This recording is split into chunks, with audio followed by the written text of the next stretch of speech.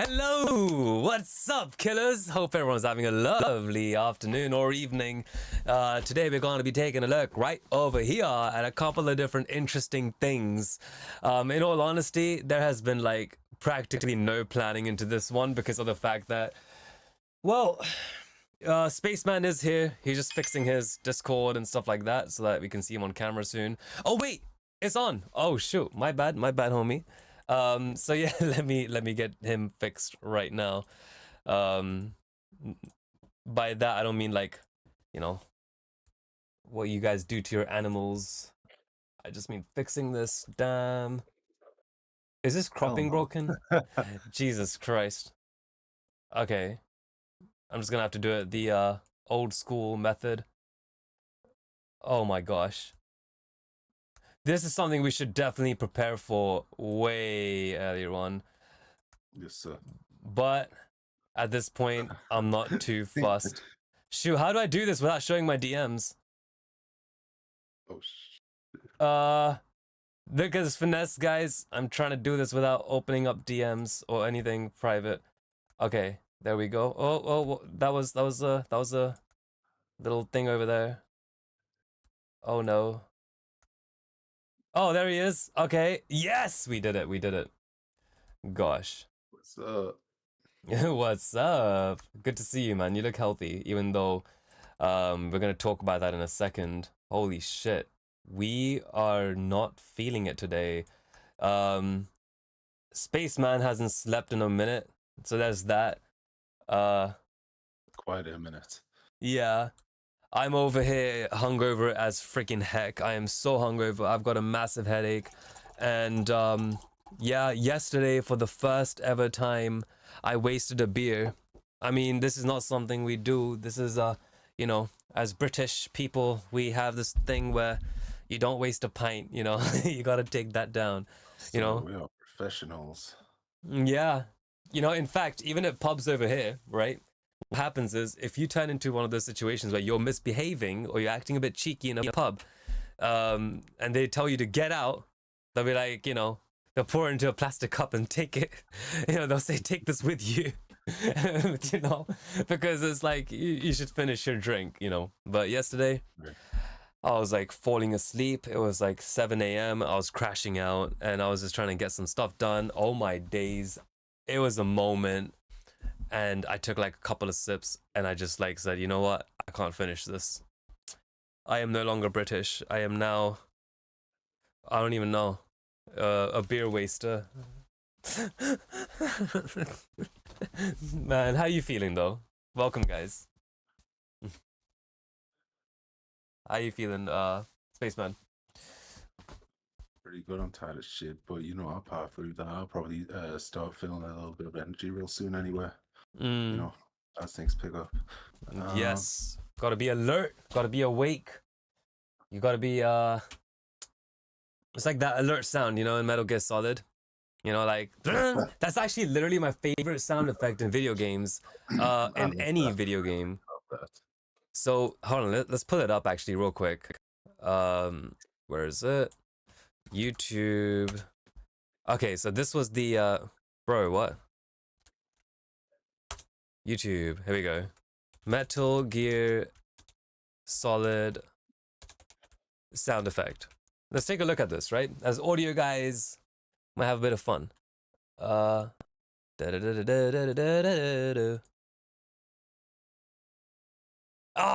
It's satisfying, isn't it? It's like that. I love that sound, especially as somebody who grew up like it's my favorite game series. Metal Gear Solid is my favorite game series, so I grew up playing all the games. So there's nostalgia in there as well, but it is a good sound, yeah.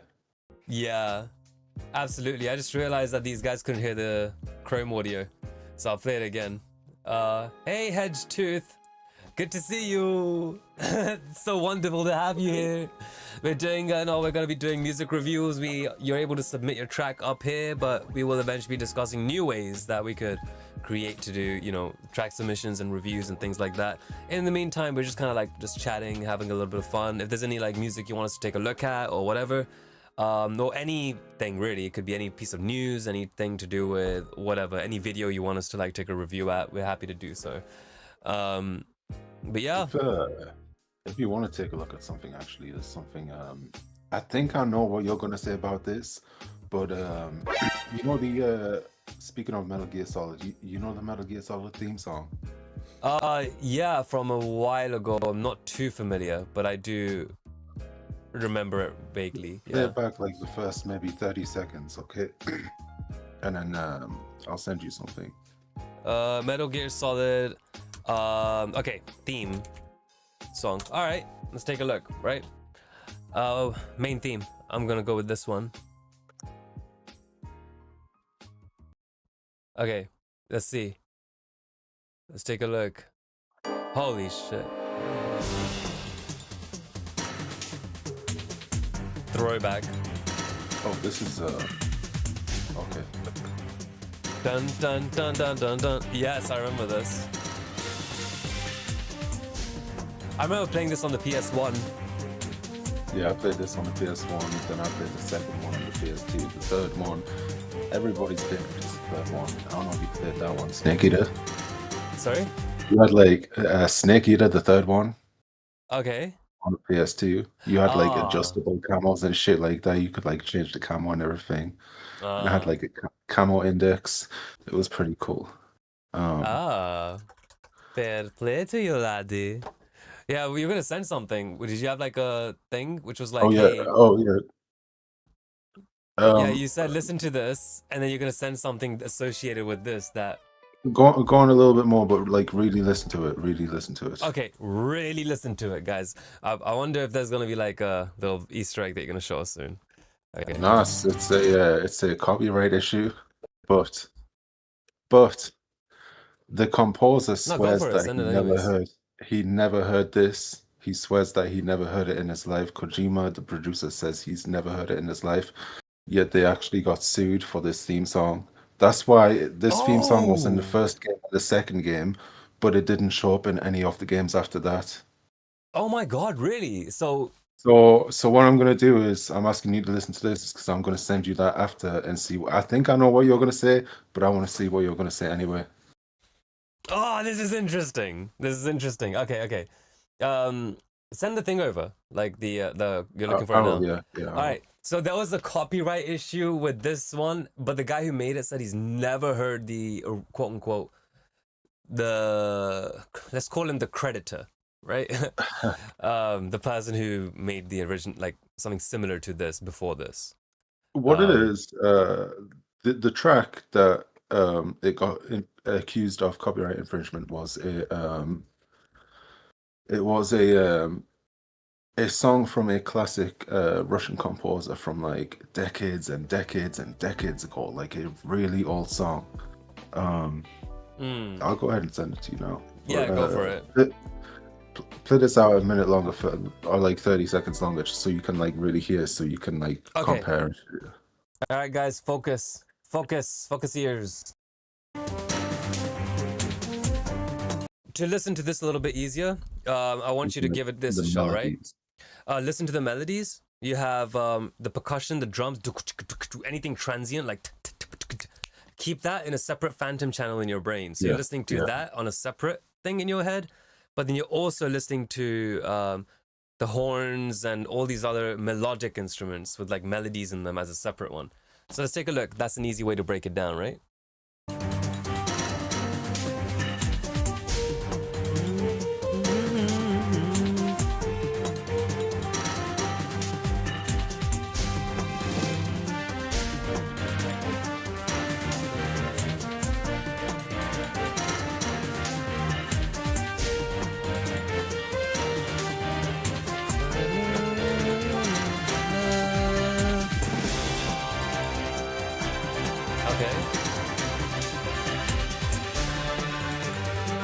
Is that enough? Also this part right now. This part right now? After this, it's good. Just this part. Alright, yeah, there you go. That's it. Yeah. Okay, let's take a look at there's really two main like melody progressions in that. So okay, So where are we with this one? Let's see. I mean, to be fair, that Oh, was rather yeah. complex. I don't even think I remember the melody. Like, I'm not gonna lie. Okay, let's see. This is the guy that sued the other guy? There's actually a I don't know if video it on was him this. or like his family. It might have been his family.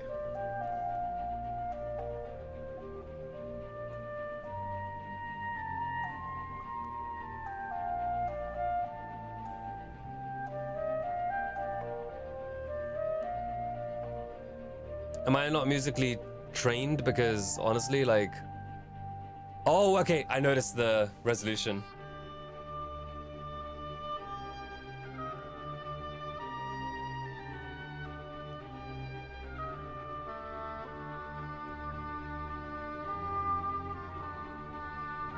Na, na, na. That's his motif. Na, na, na. This part. Oh! See, it's like it's almost, but it's not. You know what I mean? Okay, okay. We know which part we can compare at least. It's that and the one just before as well. So that part too. Yeah. Here we go. Okay, we're gonna start over there. I believe this thing has something similar too.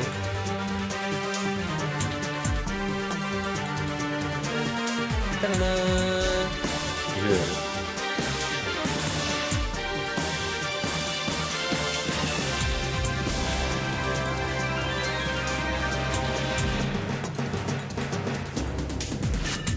Okay. And for the part that you're on now,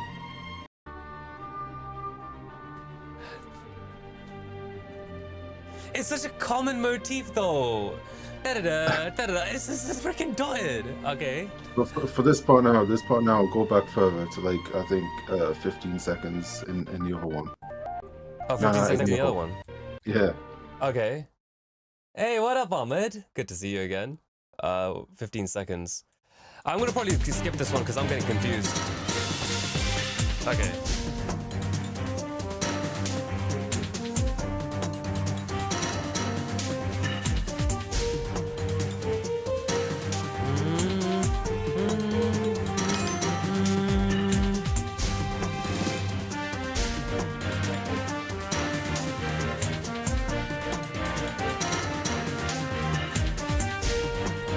Yeah, that's it, right?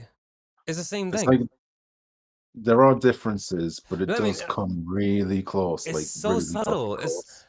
I wouldn't say it's close enough to be you know, um infringement. I'm sorry. There's like 8 notes, you know? There's like 7 8 notes in an octave. Like what the fuck? There's only so many melodies you can do, and people take things from people all the time. Like, and I'm not talking like, you know, MGS taking it from this guy. I'm saying that in general. What is this over here? There's a video literally about it. Oh, what's this? Oh, they This, maybe like I gotta... compare them or something. I haven't seen that. Есть But... для вас небольшой... Okay. Oh, okay, so this is the video. They're gonna be comparing it. Okay. Oh, this is Kojima hearing it for the first time. Yeah, this is the video. I'll send you some text. It references this video. All right. So before we play this video, let's take a look at the text, right? The Metal Gear theme song, composed by Tappy Iwase for the 1998 game, was reportedly excluded from Metal Gear Solid 4, Guns of the Patriots, and subsequent titles due to allegations of plagiarism from a Russian composer. So, Metal Gear Solid series, right? We have, what's it called? The series is all of these, right? So after 4 in 2008, everything subsequent after that, yeah, weren't going to be used because of plagiarism. So it's been going on from like many years. I think from this one was Metal Gear 1, right? The theme was introduced in Metal Gear Solid 1. It's Solid, which was 1998. That makes sense. It's Metal Gear Solid was in the PS1. Right. So it was there. And then about 10 years later, they were like, hey, actually, copyright. Cheers. Okay, so moving on. The similarities that prompted concerns from Russian composer. Sorry, the controversy arose after a piece by Russian composer Georgy Sviridov, especially the Winter Road from his 1979 choral concerto Pushkin's Garland was discovered to bear a strong resemblance to the iconic theme. This similarity prompted concerns from Russian composers, leading to Konami to avoid legal risks by removing the theme from the MGS4 and later games, including Metal Gear Solid Portable Ops and Super Smash Bros. Brawl. So, yeah, there's the incident further highlighted by a widely circulated YouTube video showing Hideo Kojima reacting to the Sviridov composition for the first time. So this is that video of the composer reacting to... Holy shit, we get a live reaction of Hideo Kojima? Okay, let's see. Это музыкальный диск русского композитора. Вы просто обязаны послушать 9-й трек. Track 9. Track 9. Okay. Oh. Я притащил его также на PSP. Сейчас поставлю. I got it on PSP. They got it on Play this song on the PSP. PSP. Oh.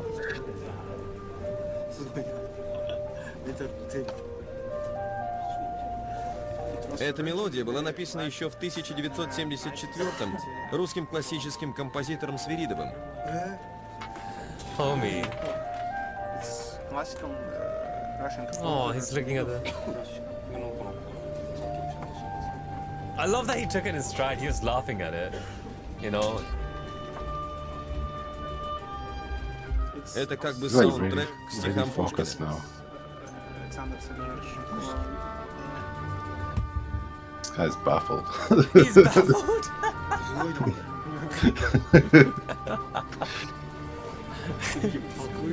That is such a good sport. You know what I mean? Someone who takes it like that.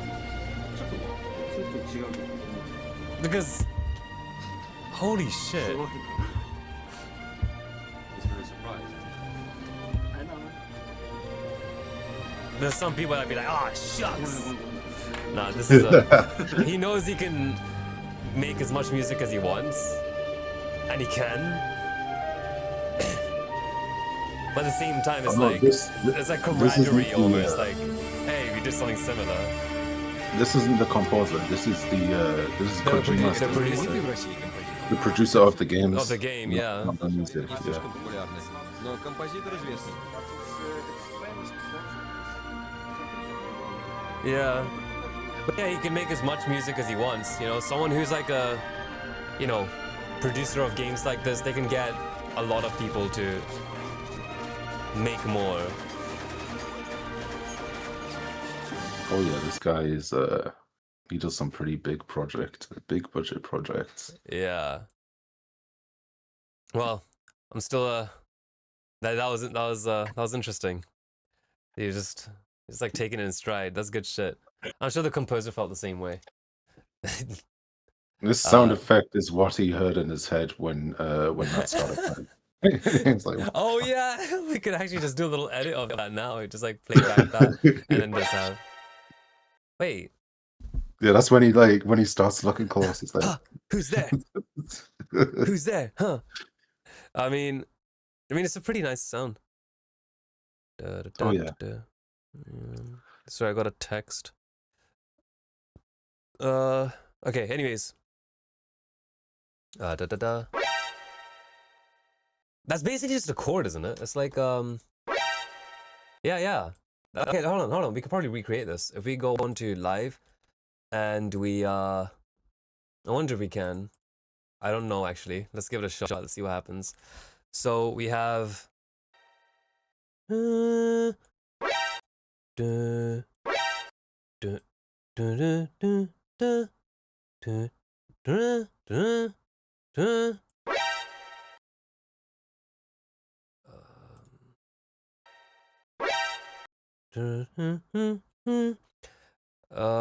That would be, let's see.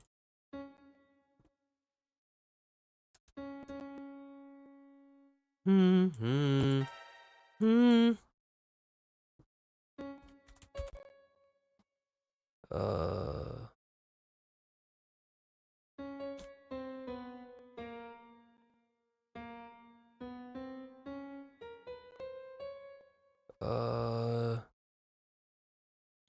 You trying to remake this sound? yeah. Dun, dun, dun, dun, dun. I think.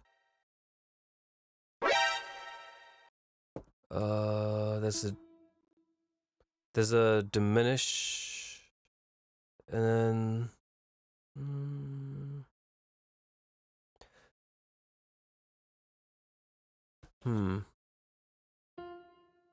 It's one of these.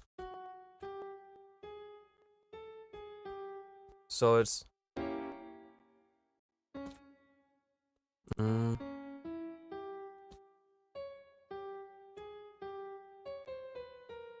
There we go.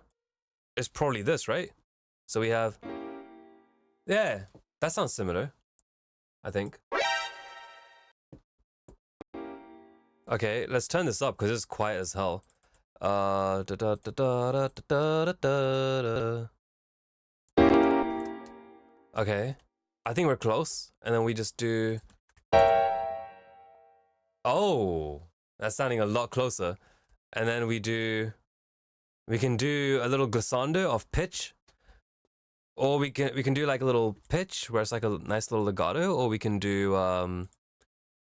like a glissando over this. So we can do either a MIDI control pitch bend where it's like something like this. Maybe.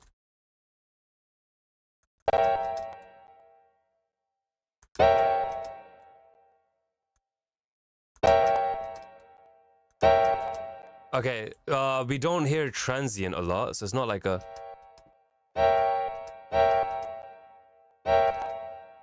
Something like that, right? Does this sound close?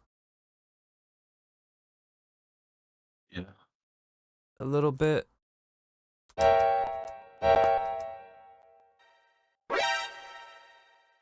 I think this is also, we need a synth. I think part of it is like the mixture of like the instruments as well, because like it's for such a short sound, it's very deliberately put together. Yeah, I'm gonna try to. The strings and the brass like coming in like slightly off each other, I think. Yeah. This one's a little loud. There we go. That's a lot similar.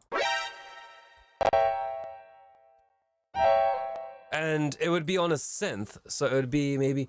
I mean, even if we did some like strings, you know, like maybe that would even. It's strings and brass. That's what it is. I think I'm hearing like the strings come slightly before the brass. All right, let's do a brass one. Let's do a. Oh, I can't even hear that. Let's do brass. The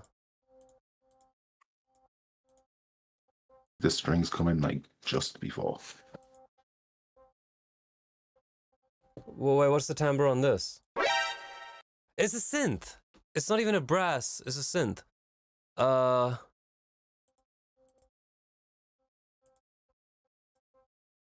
Let's do this one. Let's just see what happens, right?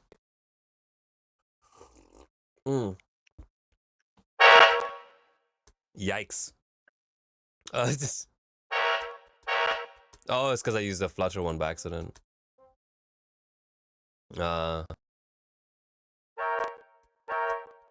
And this just needs a bit of that.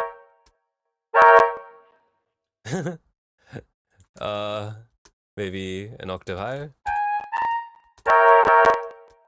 And then just saturation dynamic. Oh, also, we need to crank up the velocities so that we get.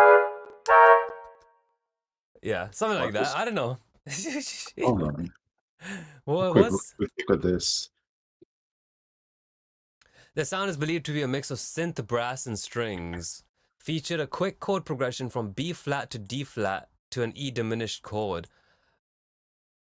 Okay, so B flat. Okay, I've got the B flat. D flat. I got the D flat. You've like put them all together. Okay, so and then I put a G in there. Is that wrong? No, I like this. I think this is supposed to be here. Yeah. It sounds wrong without it. So I think that's what it is. I mean, if we're just doing it really quickly.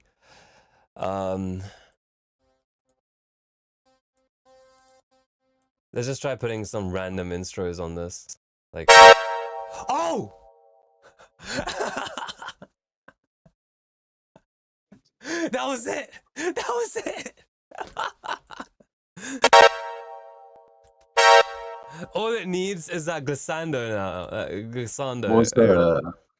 What did you just put on there? The brass. I just put the third preset after looking up brass on Ableton. Play it again. Yeah. Let me increase this pitch bend.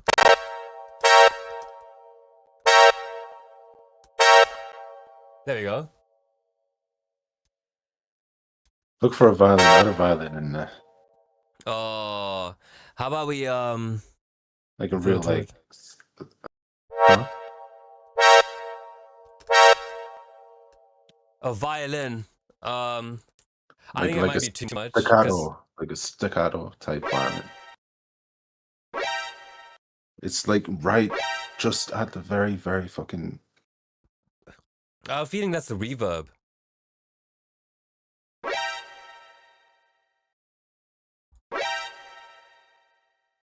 Is there actually strings on this? Because I don't hear strings. I just hear digital. It keeps doubling up for me. I don't know if it's the stream, but I'll make it louder. is it playing twice or is it just the stream making it play twice in my ears? It's probably the stream doing it twice. Gotta think of.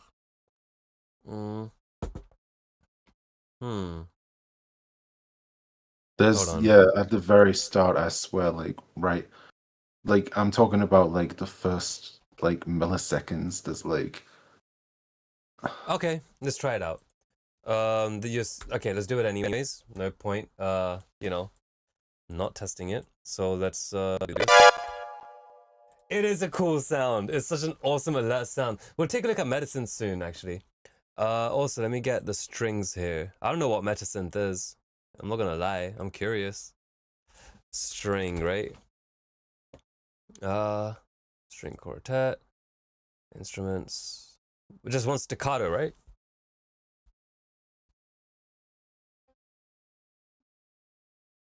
Yeah? yeah, it's just something like that hits just like real fast. Okay. That'll be like this.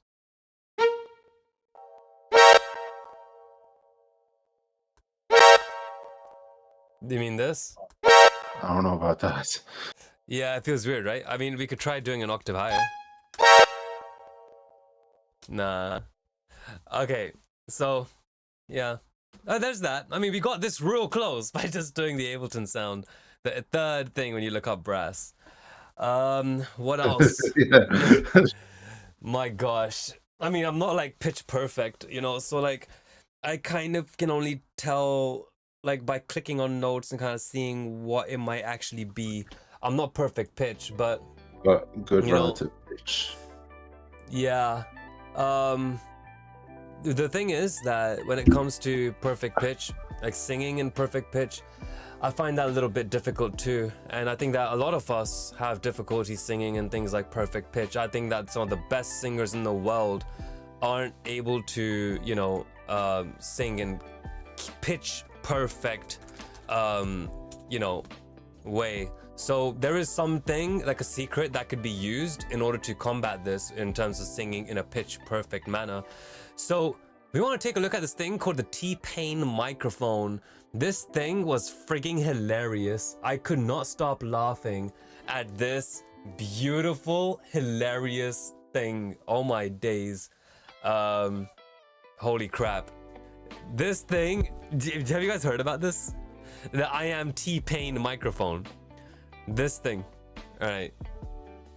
It's discontinued. It is an old toy. They are not doing it anymore or whatever. But it was funny when it came out.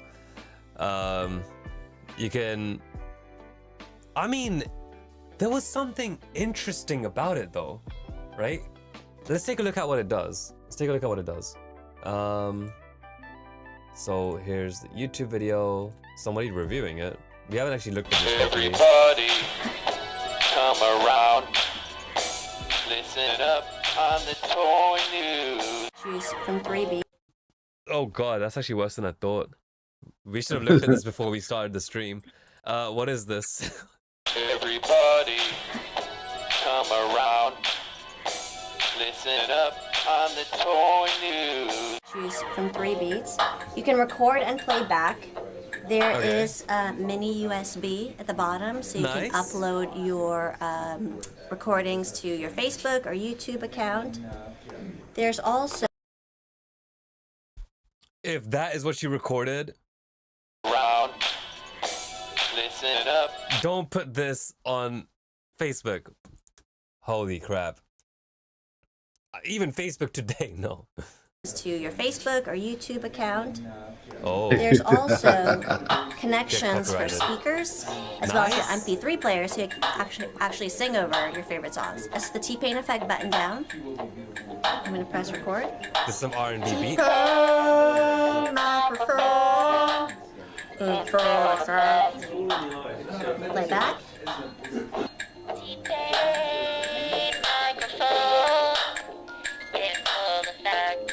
That's you? That's me, Oh my God. sounding just like I T-Pain. totally need your autograph.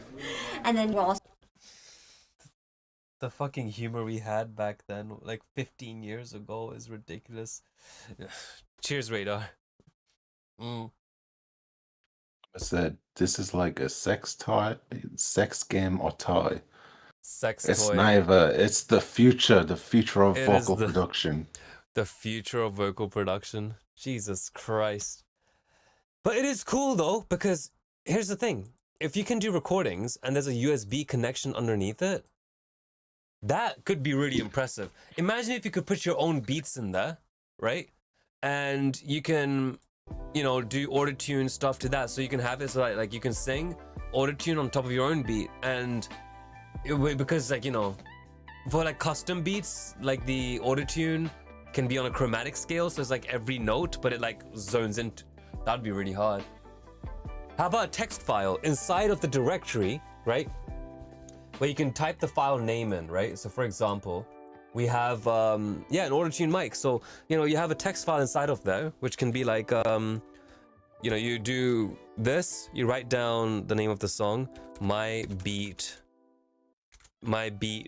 1.wave, and then you just write in, you know, F sharp minor, right?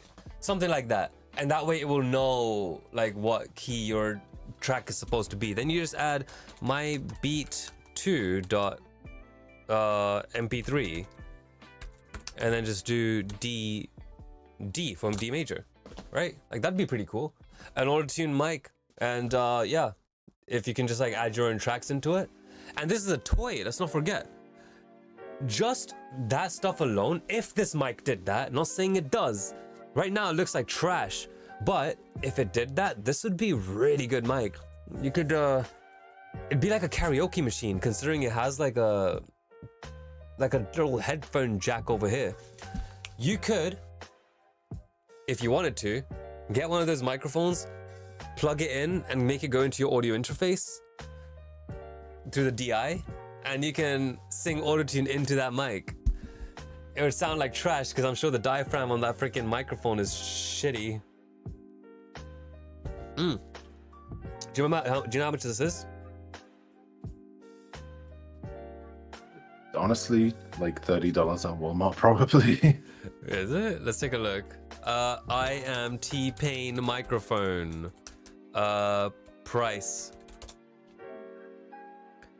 Whoa! $4.99. Ain't nowhere. There is no way in hell. Oh, it was $40, and then they started This- selling it for $5. I guess when they stopped making it, just to clear stock. $40? It's actually 40 pounds, which is about, oh, okay, yeah, almost $40. It's like $53. Oh, it says 40 pounds. Yeah, it's a little small, right? And wow, can we get this? Why is it not found? I'm guessing they're understand- like this was probably years ago. Go up. It's not that long ago. It says 12 years right. ago. It's not that long ago. Fair enough. Fucking Jesus long ago. Christ. That's a Yeah. really long time ago. Gosh. Let's see.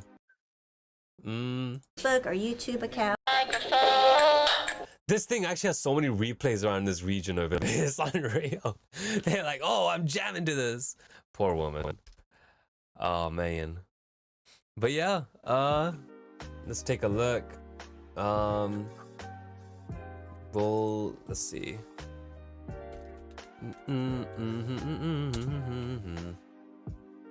Yeah, it is a bit ridiculous. $40 at 2011. Yikes. Big yikes. Hold on. Let's give it a chance. T-Pain microphone. Let's see what its like landing page is like, right? I think it's still selling on Amazon. Okay, I guess it's not. Can we Oh, they're still going. They're like $30 now. Let's see. Can we get the oh my god, there's also speakers. It looks groovy as hell. There's gears. Yeah. I want to see the introduction. Oh wait, hold on. That's not a 3.5 millimeter. That's a small version. Hold on, that is not a 3.5 millimeter. And we know this because of the thickness of the ring. You can see that it's... Oh no. So you can't just plug in an aux cable. You have to have like a special cable. It's 2.5 or 1.5. It's a really small one. That's what we do know. Bummer. That's shitty, right? I mean, does it speak to you? Does it actually at least speak to you? I'd buy one just for fun. I don't think it'd be a fun little toy, I think. Yeah, honestly. What is this? There's a commercial. What is the commercial like? What kind of ad? Okay. Oh my gosh. Hey, knock off Oh, that dads. racket. I will turn this car around. Everything sounds better with the IMT Pain mic. You kids now play nice. I don't want to ask you twice. Nobody knows. Record, playback, download, and share. Boom! Hey! Still noise. One button, T-Pain effect. I am T-Pain, and I approve this message. Oh. It was pretty bad, I'm not gonna lie. I love that they made it playful. Like everyone knows this is a piece of shit toy, right? But like I think they were self-aware when they made it. It's cringe as hell because they got some like, oh yeah, because they got some like just some random late woman just like, yikes. Is there another one? Oh my gosh, it's a commercial. Oh, this is gonna be so cringe. We have another cringe commercial. Twinkle, I'm a star. Yeah, Jesus fucking Christ.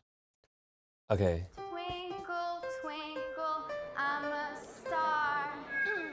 Watch me, I'll go very far. Everything sounds better with the IMT Pain mic. Twinkle, twinkle, I'm a star. One button, T-Pain effect. Go very far. Record, playback, download, and share. I am T-Pain, and I approve this message. Boom! They even put an explosion at the end. Oh my god, that is actually fucking stupid. I love it. They're self-aware. They're very self-aware. They're making them... It's just hilarious how his voice comes in like compressed as shit. Everything sounds better Right, like everything sounds better with the tape. IMT. with the IMT Pain mic. Bloody hell, this is ridiculous. Oh, old ads were so freaking cringe, weren't they? Jesus Christ. Oh man.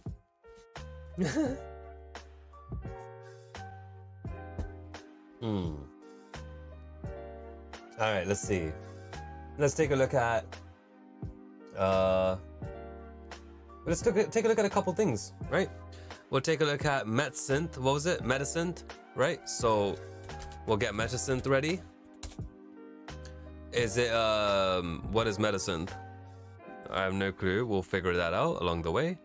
The second thing we're gonna take a look at is what is today's topic? We have no clue. We're winging it. Let's see. Your record yesterday, Lean on Me. We can take a look at your record. Lean on Me. The Underground OG. Lean on me when you're not strong. Underground. The Underground OG. Yeah, bro, we're gonna have to find it. You're gonna have to send the link or whatever. YouTube. Oh wait, maybe we can just find his username on YouTube, like so. Oh, this looks interesting. Every note is C.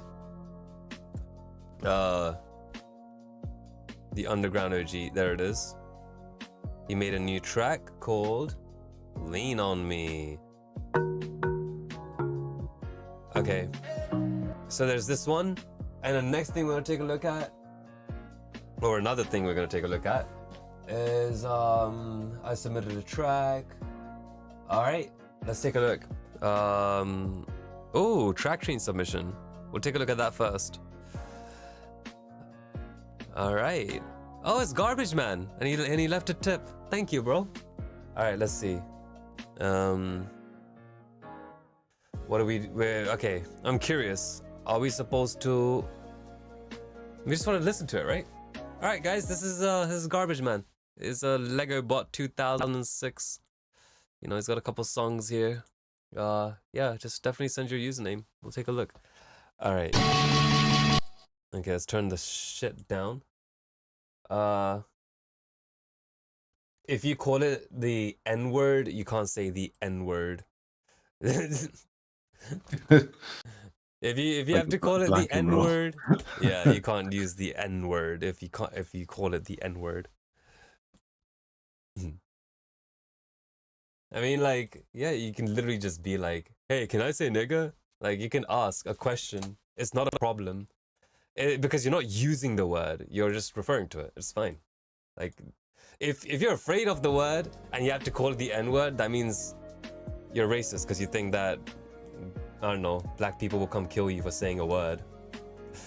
Yeah, just take it easy. I've been in some kind of trouble for like the most innocent, for like using quotations, and also for saying Arnold Schwarzenegger. I actually got into a lot of shit with a girl over that. It was a Jamaican girl, and she thought I was emphasizing the end of his name a little bit too much. Honestly, I'm not gonna lie to you, dude. Like, for the longest time, I used to call him nigga higga. That wasn't even intentional, man. Like, I didn't know. I mean, I'm not like, you know, like, oh no, I said no. It's just now I know it's Niga Higa. You guys know him, the YouTube channel. But like people in my school used to call him that, so I was like, okay, let's go with that. Like an innocent thing you didn't even know. You thought that's just what it was. I just thought it was, yeah. Okay, so GBM wants feedback. So what I'm gonna do, for the sake of feedback, is I'm going to record your track into Ableton. I don't know why the track it makes is always brown. I gotta change this live set. I don't like random. All right, let's see. Okay. Sometimes the music on this live stream thing is actually really pleasant. Maybe I'm just getting used to it because we use the same freaking mix every time. Every now and then I noticed it's like a really nice vibe. Nice. Yeah. Is this thing over here? We use this for our music. It's a 3-hour live stream. James C. Cox. But I liked on my other channel. Okay, here we go. Let's see. Where is it? Oh my god. What was I gonna do? I just blanked out. All right, yeah. Record. Okay, here we go. GBM. Let's go. Okay, just testing. Can you tell us your key, BPM? I mean, I'm just gonna refresh this.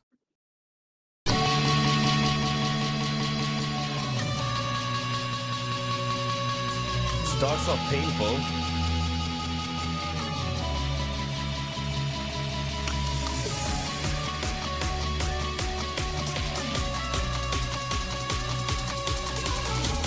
Need my ears.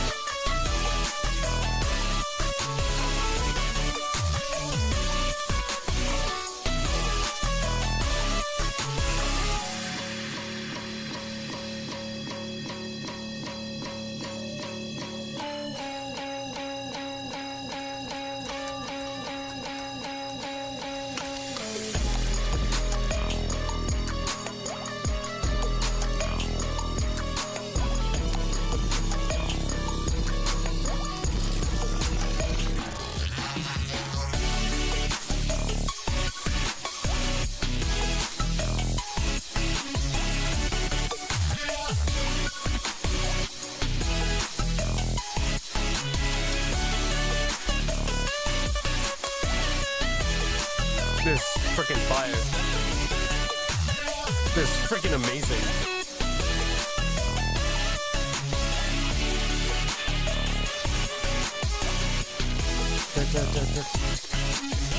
It'd be cool to have like a really quiet.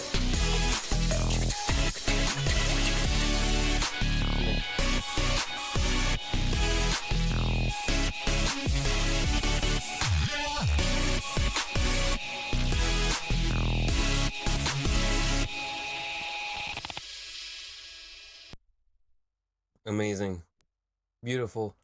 You heard that in doubles? Or was it fine? It was fine for me. Oh, it was good for you. All right, okay, great. Yeah. Oh yeah. Beautiful silence. All right, great. Here's the thing. Sorry, I was taking notes while we were listening about this. This is, I'm gonna ignore some things because like there's some things that you can fix and they're really a whole other thing. But the main substance of the song, like the main elements, the main like the arrangement, the all the perks and all these different ideas you have, and a lot of like what your intentions were and what the fact that you actually made them happen. That's very impressive. I freaking love that. Honestly, it's one of your best works. I think your only bottleneck is your mix. Like literally the only bottleneck. But everything else, this is a freaking fire-ass track, man. I couldn't... Beautiful. It's just the mix needs work. And I'll tell you what I mean by that, if you want a little bit of detail on this, right? So let's take a look. I'm just gonna get a couple of different things. Pro Q, just because, to have. I'm also gonna get another one, which is Pro MB, just because I want to like also talk about dynamics just a little bit more interestingly, right? Additionally, I think that there's a chance that I could possibly even just consolidate this and ask the stem splitter. Dude, oh my god. Your silence isn't even silent, dude. It's at 0 hertz. That is a DC offset. You see that? Is it clear? Yes, I see that, yeah. That is a straight up DC offset. Everything is offset by like... That is such an awkward waveform. What? Are you putting shit on your master, maybe? Like that line over here should be the center. That silence should be the center, right? But you've Either got way, like a bit of, at the end. and then it drops at the end when I paused the track, and it went to 0 again. Yeah. Know what you're putting on your master or anything.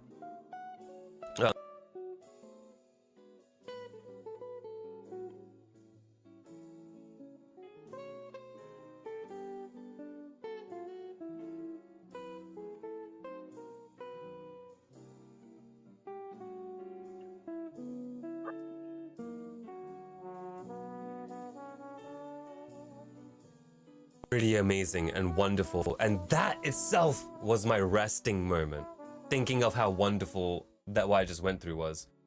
And then as soon as like my appreciation for it is like, okay, I'm calming that down, it's building back up, and that is freaking gorgeous. I'm muted? No way. You can't hear me? Okay, I guess I gotta speak with this mic just in case, because I don't know how long you guys can hear me. Okay, so did you hear my initial feedback that I said about incredible arrangement, everything, blah blah blah, right? Your mix is what's being diminished, like is diminishing, is like the bottleneck for your track. Yeah, I was messing with one of the effect samples of the ring sound. I think that's what caused it. Okay, fair enough. Welcome, Duncan. All right, so let's go over. Let's try to implement a little bit, right? Let's take a look. So we have that's a bit annoying, so I'm gonna skip ahead a little bit, because that's really harsh. That there's, if this is your only element, maybe the harshness won't really be pleasant. Think it's somewhere.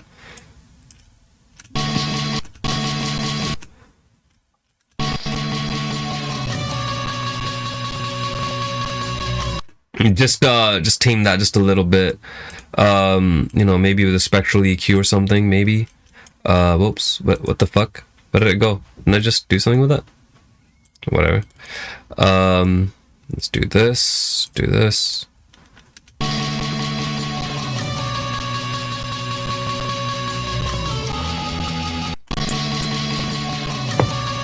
So that's a little bit easier, just in the beginning.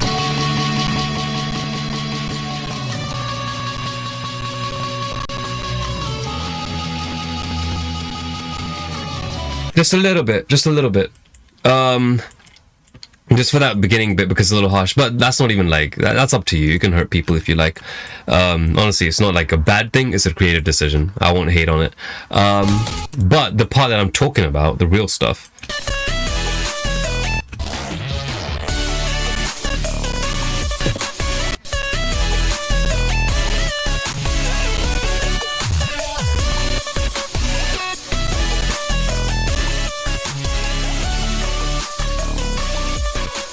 you've lost a lot of your stuff in your low end because of the way the compression's probably done.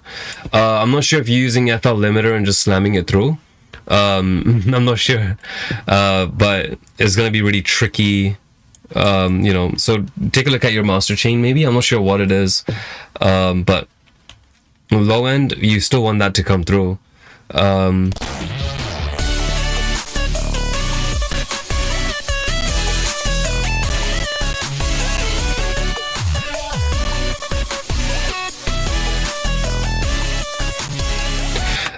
This is also really nice, but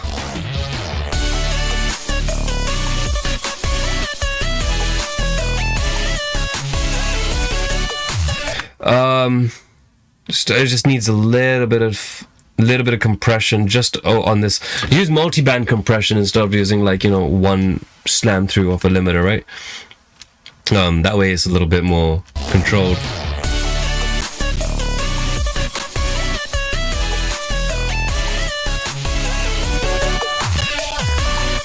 Your elements are already separate, which is nice. Like, all your elements are separated. Like, it doesn't feel like anything is destroying another too much.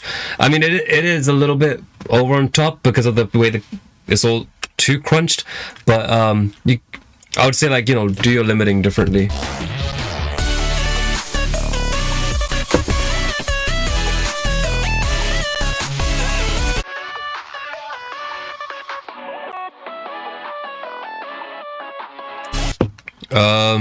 I'll do sides over here because people like rich, this is like the lower end of your bright timbre.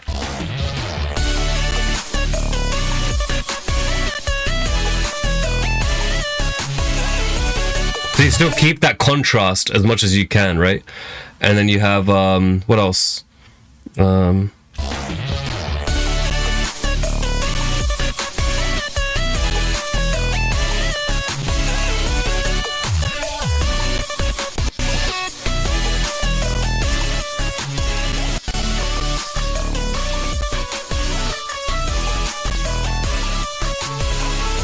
Don't use spectral. It's too...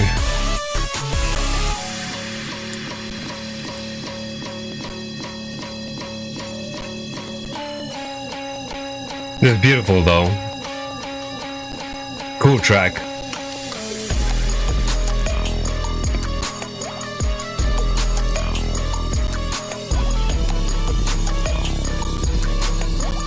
You got like 3.5 dB.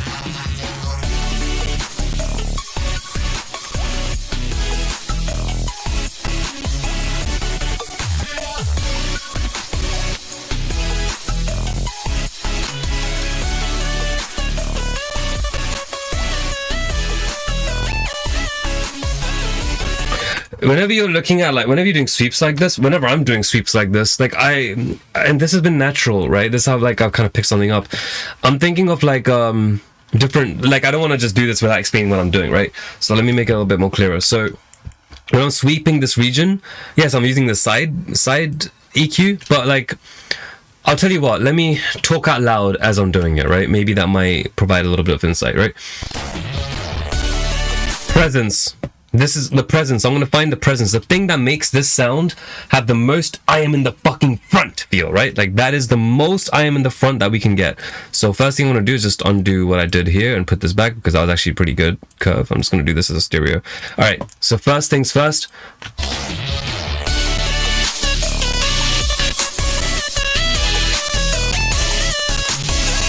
So I'm looking at that synth. Da, da, da, the chords, right?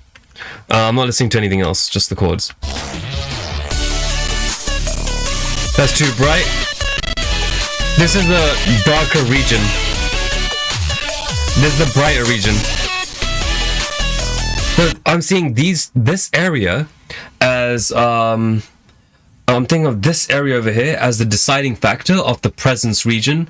And also the timbre tone type of thing. What do I want being the thing? So if I do this, it will sound like it's a little bit more behind me, but the reason why it will sound like it's a little bit behind me is due to the contrast of this region over here. What that means is that because there's a dip going on here relative to this point over here, and this is the presence region, what that means is that if the presence is low, like let's say around if your presence region around 6.7 kilohertz is like over here, like lowered like this, then it sounds like the sound is coming from 180 degrees behind you.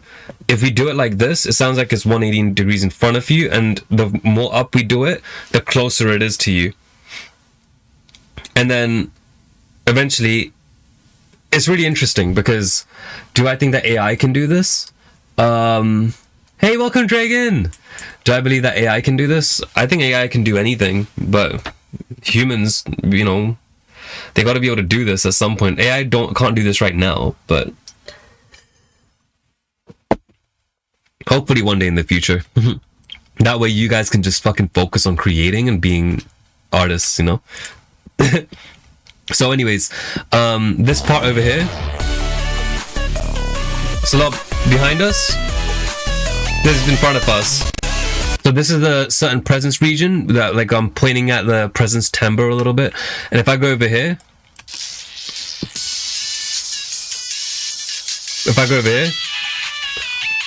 there's another area of that tone, the bright area tone. This is like really in front. This is a little bit more darker, right? So I'm thinking like that over here. And then at the same time, I'm also taking a look at these areas here as well. But before we do that, I'm getting some honk-a-tonk over here.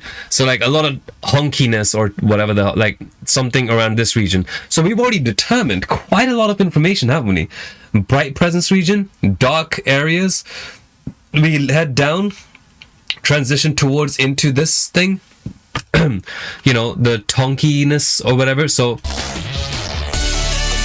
bright forward presence. This area would be air, right? Like around 10k plus, that's air.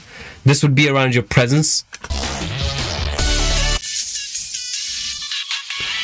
Bring some of that emotional notes and darkness. This is the emotional area. Why is it emotional? Because this area, you're able to tell what the harmonic information is a lot more. In this region, you won't tell the harmonic information. The notes that you see over here with this piano, they're a little too close together and there's too bundled up. Whereas over here, you hear more of the melodic information, you know? Like you tell me what notes are playing in this and tell me what notes are playing over here. See, I can I can sing it, right? But over here, I can't do that. What notes? Just sounds like right? So yeah, this is the more emotional area. It has more harmonic like information, and then this is even darker. So you're getting darker and darker, and now it's no longer about darkness and stuff. Now we're at the tonky area. Now we're in the lower region, you know? We're more like, okay, do we want it to be here?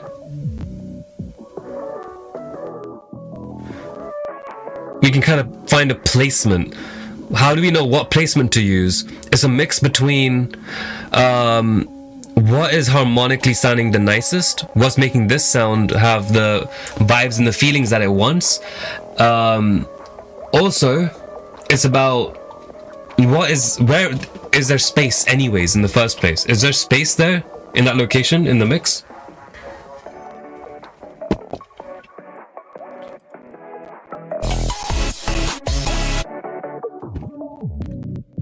This part, I'm starting to think, let's be careful. Just a little bit, let's be careful, just a little bit. This is the muddy region, around 100 to 200. This is the area which makes it so your basses don't sound so distinct and brutal and heavy. This is the area that gives warmth to your bass, but it also muddies it. You know what I mean? So for example, right, if I have, let's say, an 808, right? Let's drag this one here. Where is it? Here we go. Let's take a look at this one.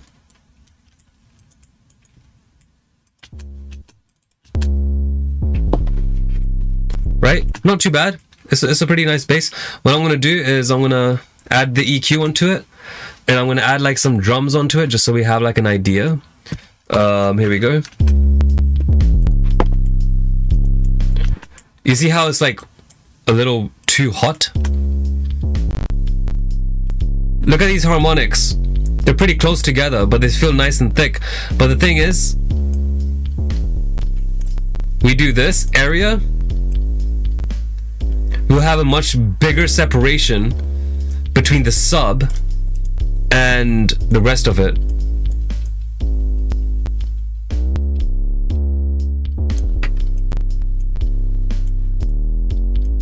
Right? The sub is now feeling a lot more separate from the rest of it. If we turn this off, you see? Now it doesn't feel like the sub is so separate from the rest of the thing.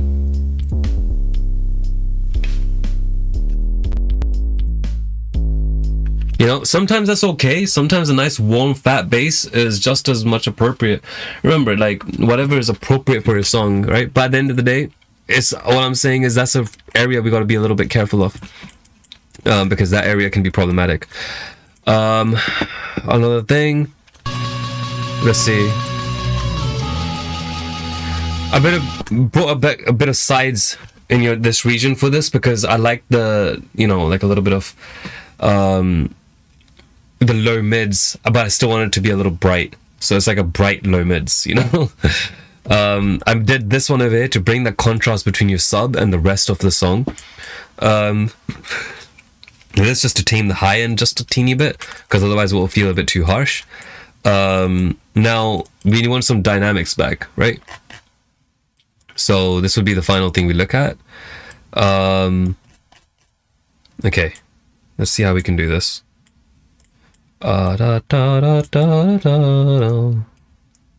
Okay, there we go. All right.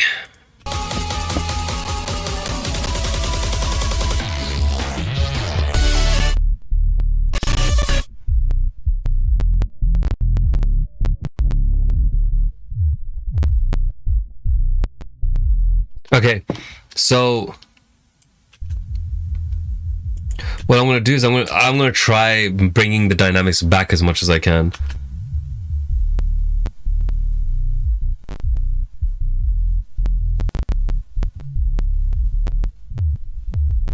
So what I'm gonna do is I'm gonna have a slow release time, so that because the kicks aren't too obvious, like too frequent, and a slow attack time, so that like I can decide how long I want those kicks to be.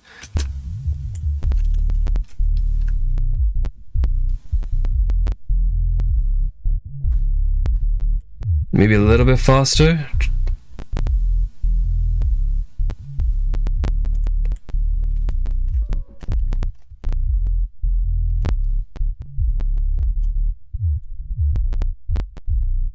So it goes down.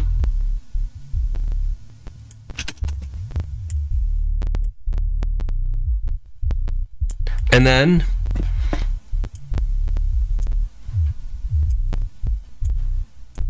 we'll try to make it so it balances out a little bit. And then maybe I'm just gonna harshen the ratio a little bit, make the knee a little bit hard, so I know exactly what it's doing. Boom, boom. They were getting those thumps now. You see? I'm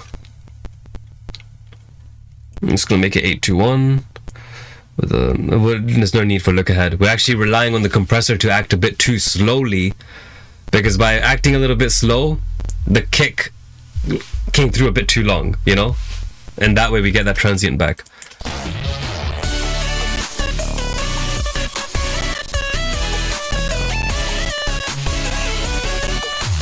Let's increase the release.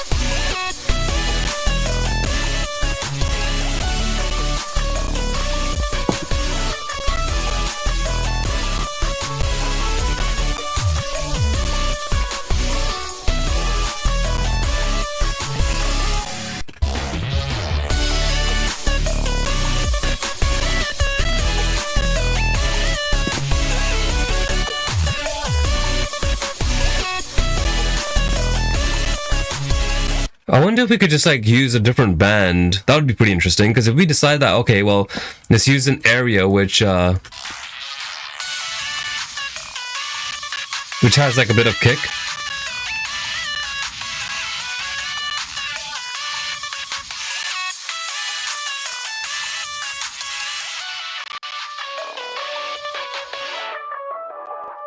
Something, I'm trying to find that kick.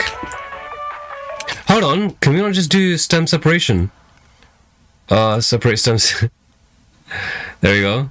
Hopefully this won't mess with everything too hard. But yeah, it's a beautiful song. I really enjoy it. Stem uploads coming soon. Hmm?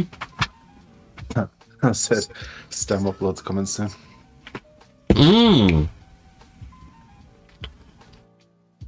Yeah.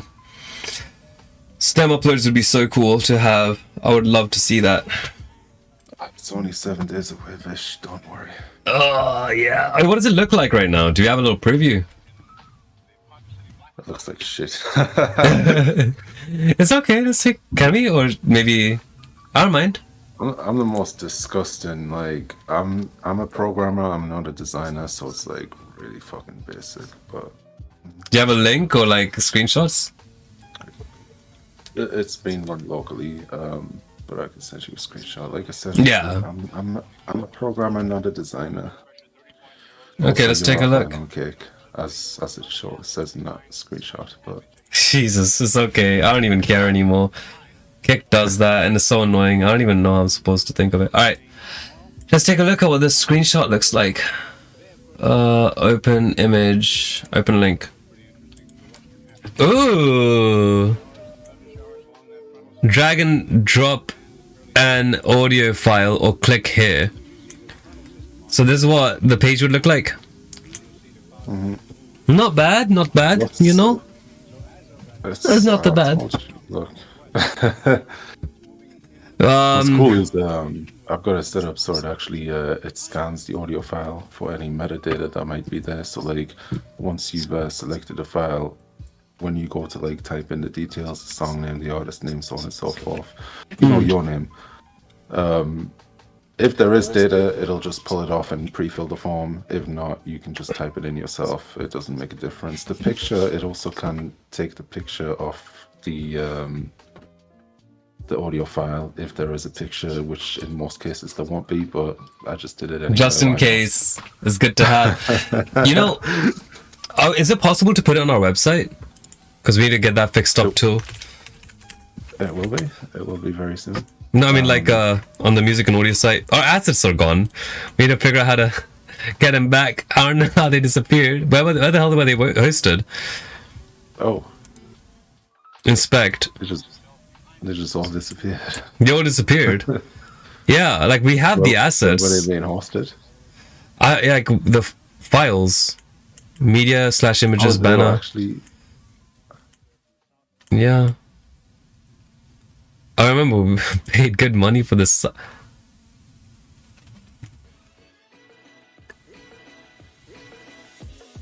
No way. Do you see that?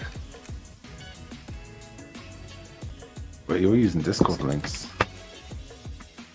Is that just this one or is that all of them?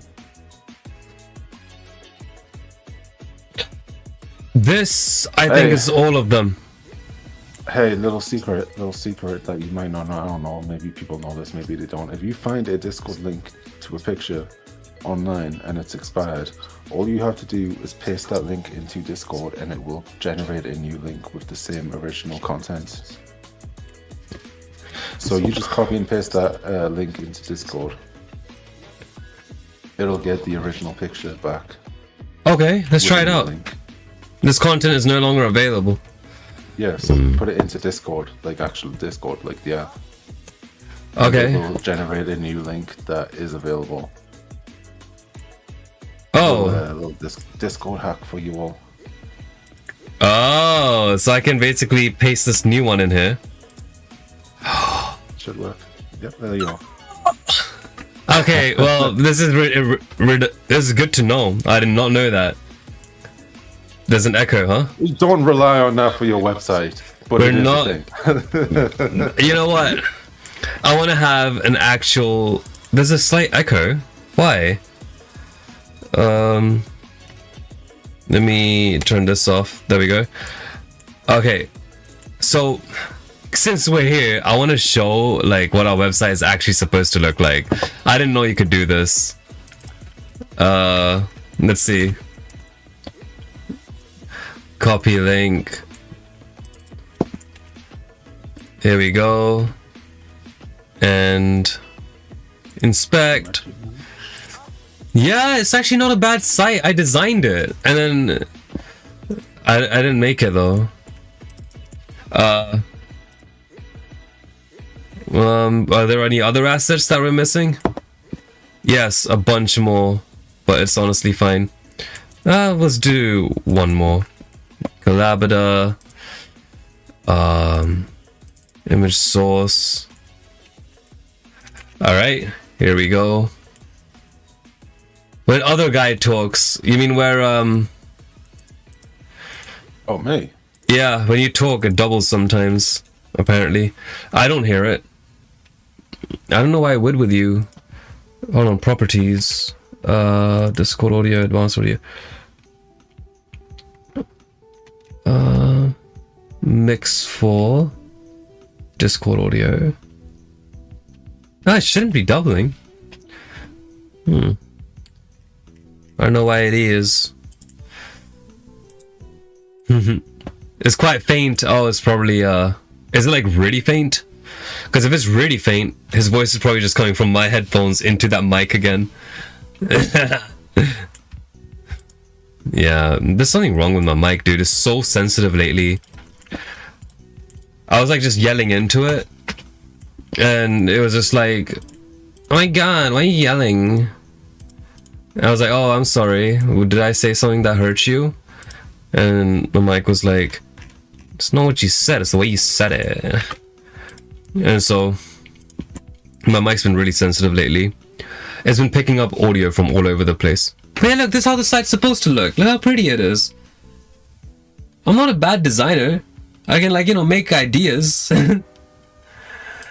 You see? They're pretty not as actual, you know, images and videos again. Exactly. Don't use Discord for that. That is not. We need real freaking hosting. This is unreal. But yeah, we have this thing, and like, I love the freaking amount of freaking content there is, the videos, the movement. I like that the site doesn't feel static, it feels dynamic, even though it's a little bit more than that. You know? Love the site.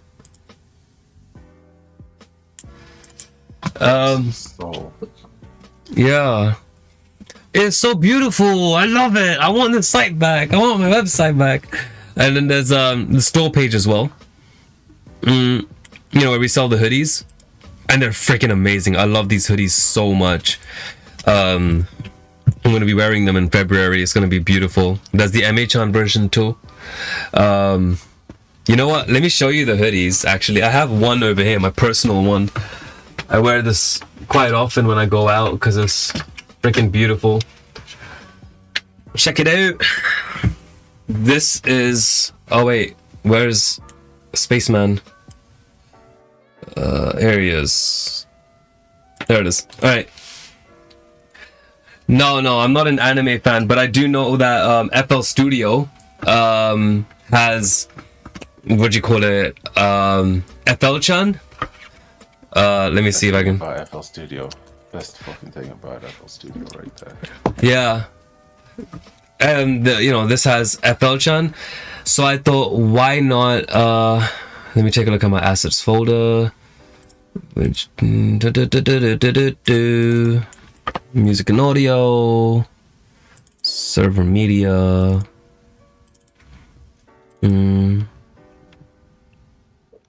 So yeah, because there's thingy mode. We've got MA-chan as well. Freaking awesome! Look how much detail there is on like the freaking, like every element. Okay, that's hella zoomed in, but tell me that is like practically vectorized. You know, like, she got some pretty eyes. MA-chan, yeah, absolutely, yeah. And the thing is, there's you know, a couple little details. She wears the ATH M50Xs, you know, great freaking headphones to start off with.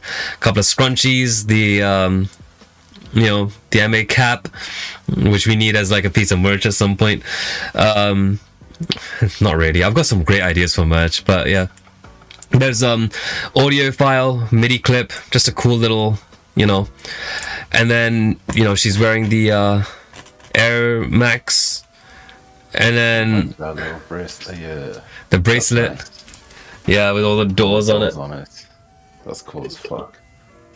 I used to sketch a lot, MA-chan and Goku.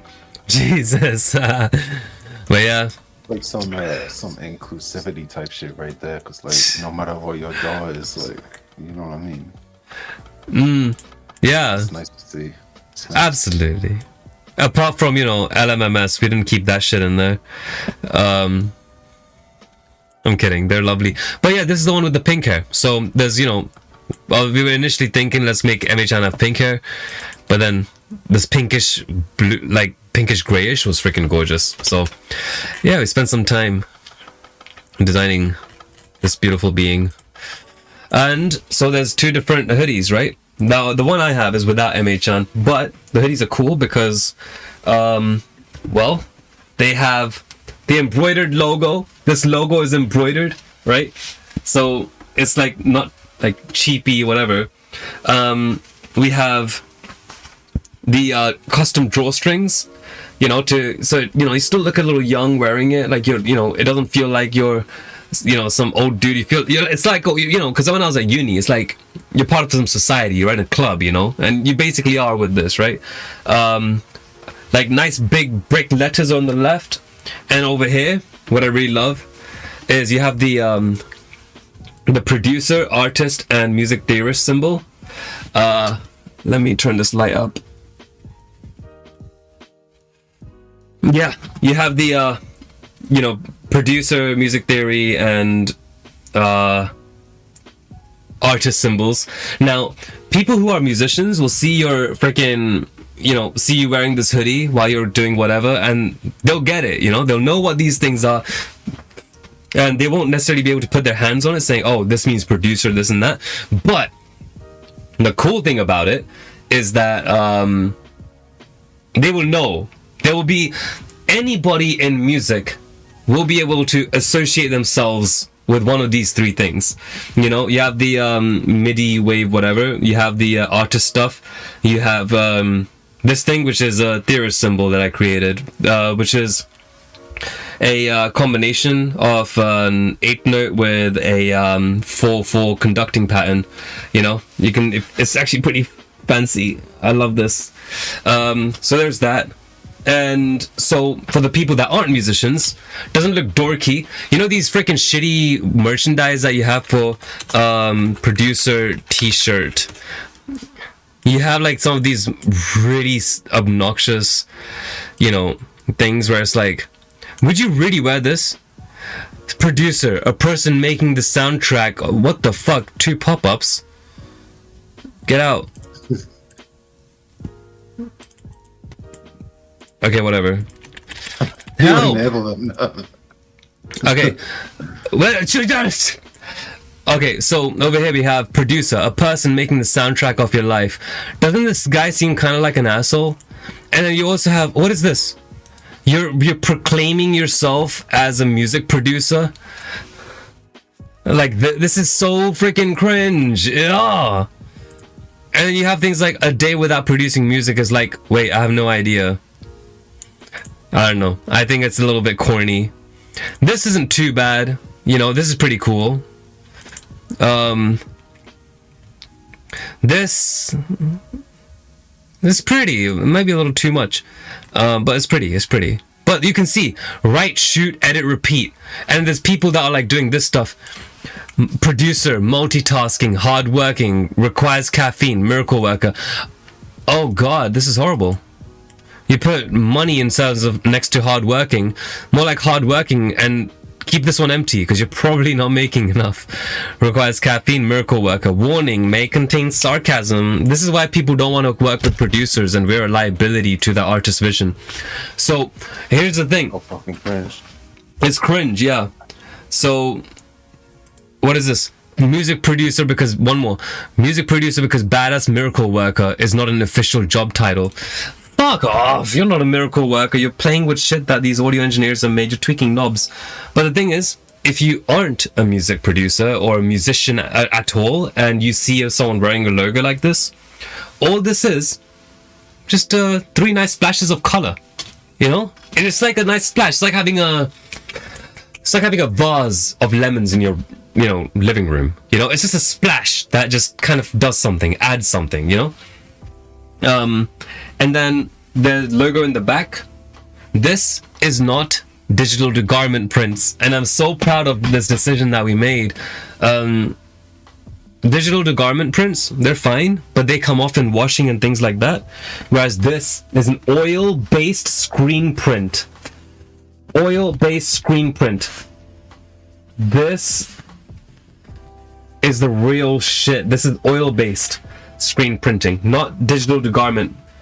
These things freaking durable and also feel so nice and soft, and yeah, gorgeous. It's not like the what's it called, the Mr. Beast or Good Mythical Morning and all of those types of things. This is the OG shit. I spent so much time trying to make sure that we get the best things on printing, you know, and like, you know, where they're being made and everything, and trying to make a nice freaking British product. And also on top of that, the price is actually pretty damn good, I'm not gonna lie. You know, and on top of that, winter is coming. Here's the cool thing about this hoodie. One more thing. The hood, look how large the hood is.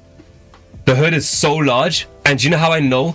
Because before I started making modifications to the tech pack, what I did was I made a hood at home, right? You know, using some garment, like, you know, some cloth and fabrics and things, just to see the sizing. And so what I did was I tied my hair back, I put on my headphones, and then I made the hood. So this hood will go really deep in, real nice, because musicians like to wear headphones generally. This, you can keep your hood on while having your headphones on, and you can have long hair bunned up. Who's gonna think of this shit, yo? I'll think of this shit for you guys. You know, hell yeah. Beautiful hoodie. If you guys want one, I think you can get one off the website. I think Garbage Man has one. He loves it. He loves the shit. But yeah, dude, I'm so proud of that. You know, I remember when I was young and like people would like take the piss out of me in school and make fun of me for wearing like Everlast trainers and stuff like that. But then, like, you know, people have been like actually getting the hoodies, and it's really good to see them. Like, it's good to see that they won't be treated like that. It's good to know that, and there's something about fashion which I really like, you know, and I want to get more into it. I think that'd be really cool. I want to make things which people can feel like they belong somewhere, you know? And I don't mean that in a cringy way where it's like, oh, but this isn't a clothing brand, it's a family. No, fuck that, no. It's gonna feel as a hella bougie. It's gonna be great. So yeah. Yeah, we ain't talking about no family. We're trying to start a cult out here. Yes, exactly. It's awesome, man. So, no, I have some ideas. I have an idea for a t-shirt. I don't know if I have the artwork for it. Probably on the hard drive. But check this out, right? It's a t-shirt where you have a UFO coming in, right? Yeah. You have like a UFO coming in, and underneath it, it's like sludge of rainbows coming down. And it says, "Awesome saucers." That would be so cool. And I want to do the artwork. Oh man. Oh, that would be so cool. I would make it so vibrant. It's unreal. Pretty. Yeah, I mean, we have like do you guys want to see some old ideas that we did for our community? OneNote or Windows 10 apparently. Okay, let's see. Oh wait, we were doing Garbage Man's thing over there. Let's take a look. Ableton. I hope the stem separation was all right. Let's see.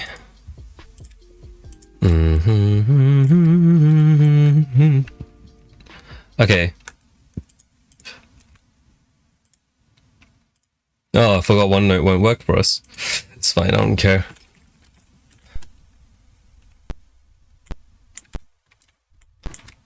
This is literally just a DC offset.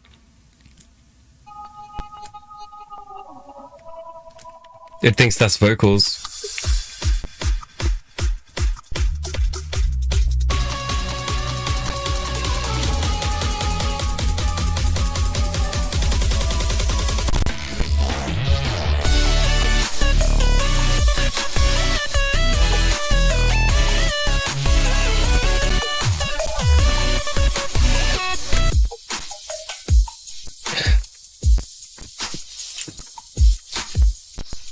Yeah, let those transients come through. There's no shame in those transients.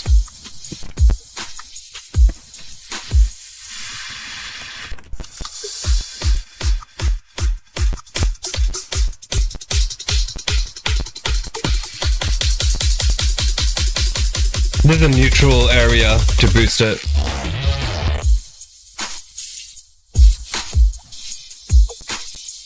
And I'm gonna slow the attack just to let it come through a little bit more.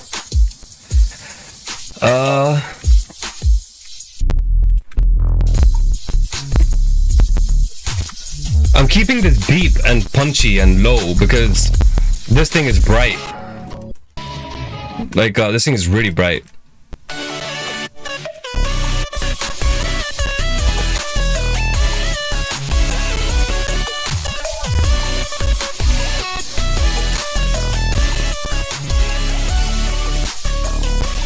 Alright, and we have this thing here.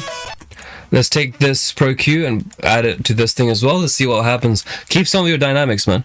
Let's see.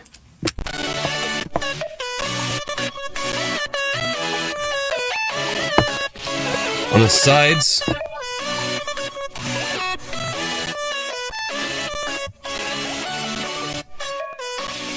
This is a nice balance between really bright and dark and edge. Dark and edge. This is the middle.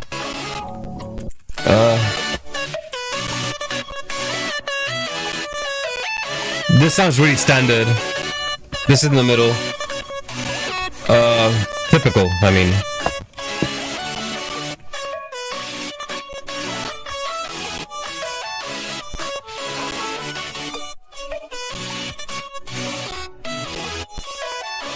Just a little bit of compression over there. And then, in the process of doing that, just kind of tame some of those areas. Nudge this, bring on some of those highs. But the reason why I added this thing over here, because contrast is important between two regions. Alright, so we have this. The bass is on top of this because the stem separation on live isn't probably not that good.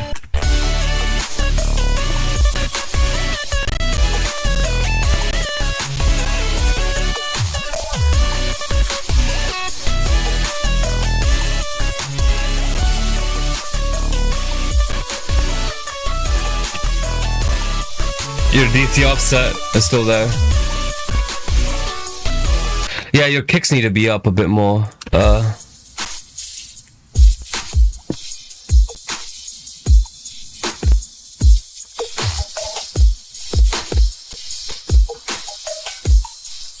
I wish we could make it so that there's only on the kicks. I'm just gonna create a contrast over here and here. Your kicks and snare. If you want your snares to pop through, you need to have the fundamental of your snare come through as well.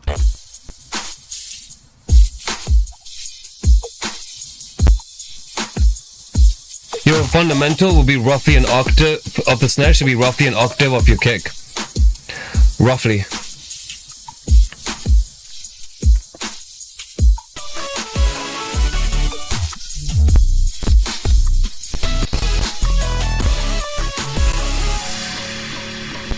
There we go.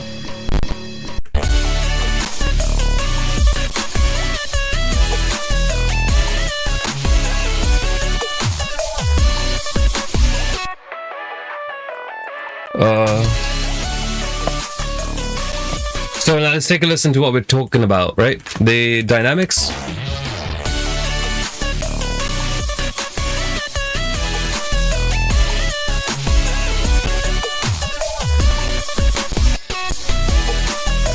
That's not fair. We have to level match it at least.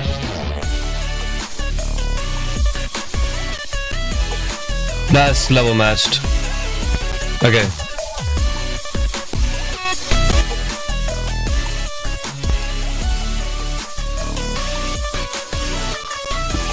Oh, that would be reduced quite a bit in LUFS.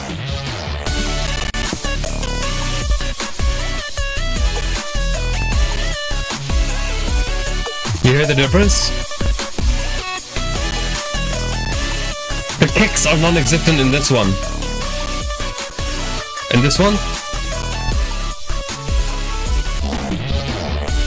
You can see? Up. After.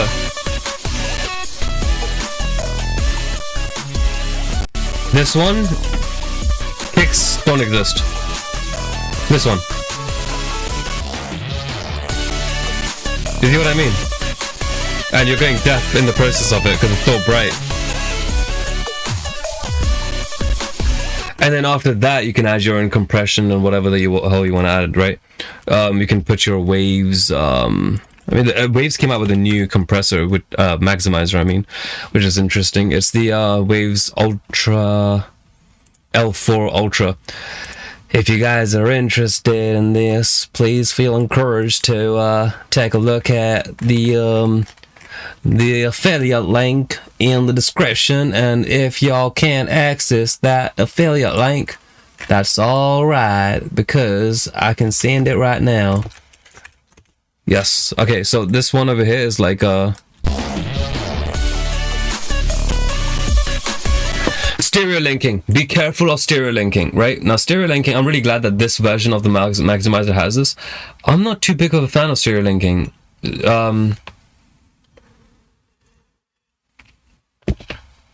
I want the compression to happen separately, you know? So I just turn this down as much as I can. Because otherwise it feels like it's too squashed. And it doesn't feel like there's independent dynamics between your left and right ears. So whenever you see compressors, see if there's a way to kind of take it easy on that shit. What is this? Why do we have... What's going on here? The fuck? Okay. Oh. We'll move this here for now. I didn't even know that was a separate thing. But okay, here we go. I don't know, maybe the camera for Ren. Yeah, it was for Ren. So you have the release, by the way, is also pretty interesting. If you have like a slow release on a lot of these limiters, like, and by the way, I know this sounds like I'm talking about and advertising the L4 Ultra Maximizer. Fine, I get it. Let's take a look at the Pro L2, right? Same thing over here. You have channel linking, right? You have your transients and your release, right? Okay, fine. It looks like I'm, you know, like let's take a look at another one then. Like there are so many different compressors. The API 2500, right? Even that one. So what we have over here is channel linking. You know, LR linking, left and right linking. Now what channel linking is basically when you have what do you call it? How much of a delay is in the stream? Jesus Christ. They just made a comment now. Now we'll take a look later. But channel linking is basically like whatever's happening in the left ear, should it also happen in the right ear? You know, like if for example you have something like let's turn this back on. Okay. Okay, we're using Paint again. So you have your left channel. By the way, I realize you can increase the size by doing this. Anyways, left channel, right channel, and you will have your waveform doing, you know, what waveforms do. Sure. And then this one's like, because it's like, you know, miniature little things, right? So if I had a waveform that looked like that, I feel terrified. Yeah. Yeah, if you have a waveform like this, run. But what happens is you would think that, okay, well, the amount of gain reduction that should happen in the left ear would be a little bit like this, right? Where it's like, oh yeah, you know, hold on, I guess like that, and then it goes like this. You know, like that's the kind of gain reduction you would kind of expect.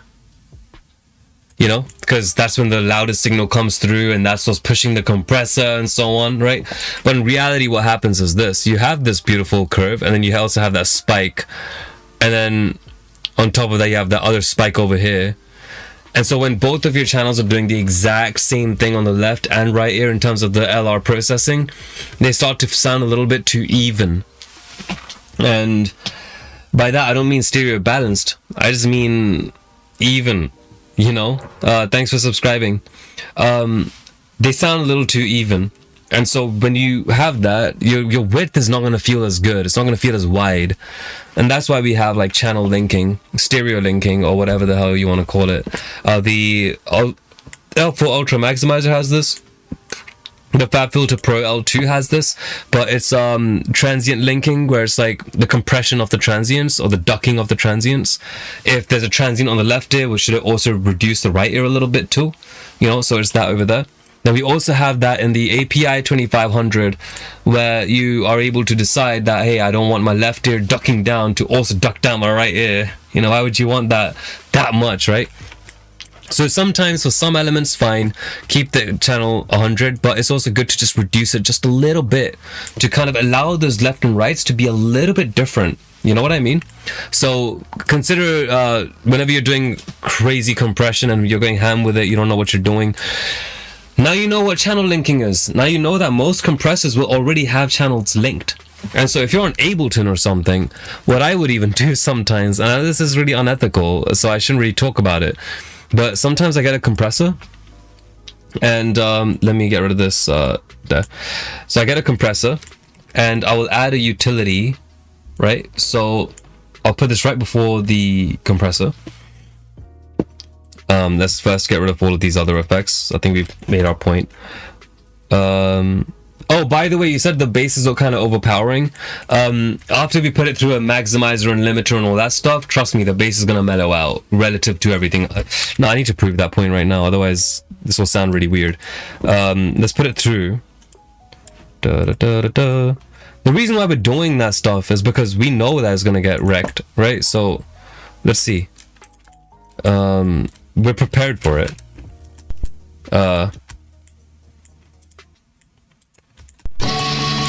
Let's go here.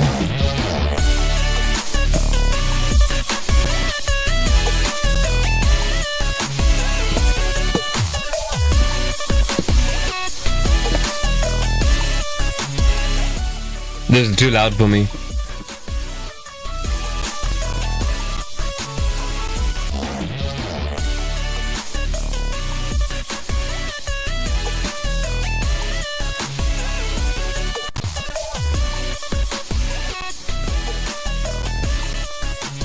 This clipping thing is going to reduce some of the subs, relatively speaking.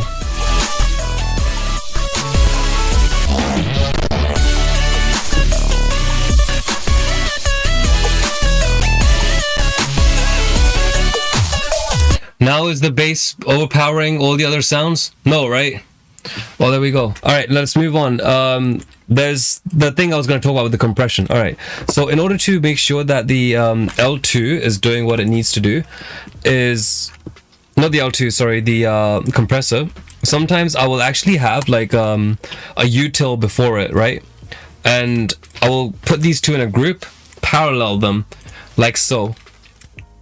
And let's say I make my setting whatever I got to do, you know, the compressor settings that I'm pretty happy with, you know, it will do its job.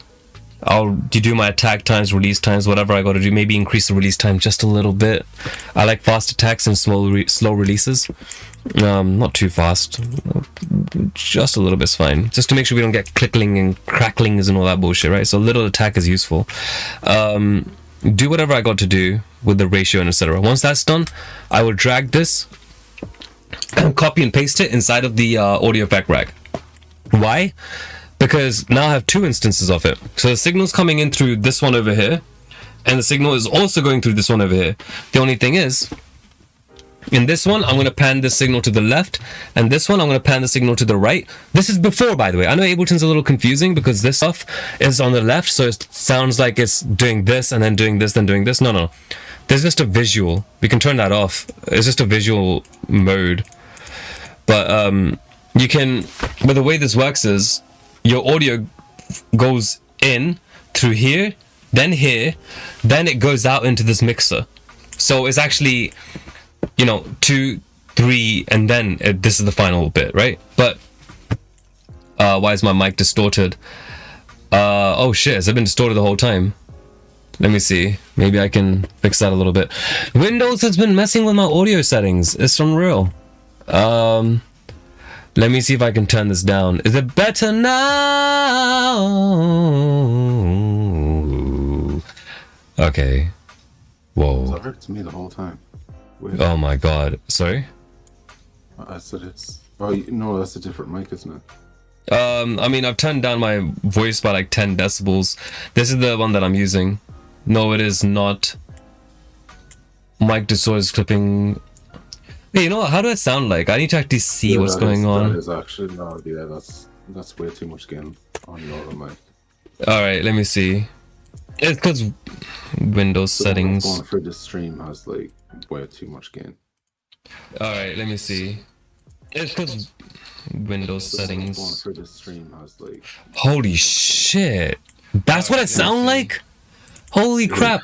Oh god! All right, let me see what I can do. Gain. Oh, there's like 5 decibels of gain boost here. Let's turn that off. Hopefully that should ease things up. There's a Model N channel. Turn off. What is this? This one's 7 dB gain. Let's do this because it's probably input noise. I don't even know what's going on. What is this? Oh, okay. So there's a bit of gain reduction happening over there. Hopefully that should be a lot easier and it's a lot more dynamic and clean. Okay. That gain is turned off. That is there.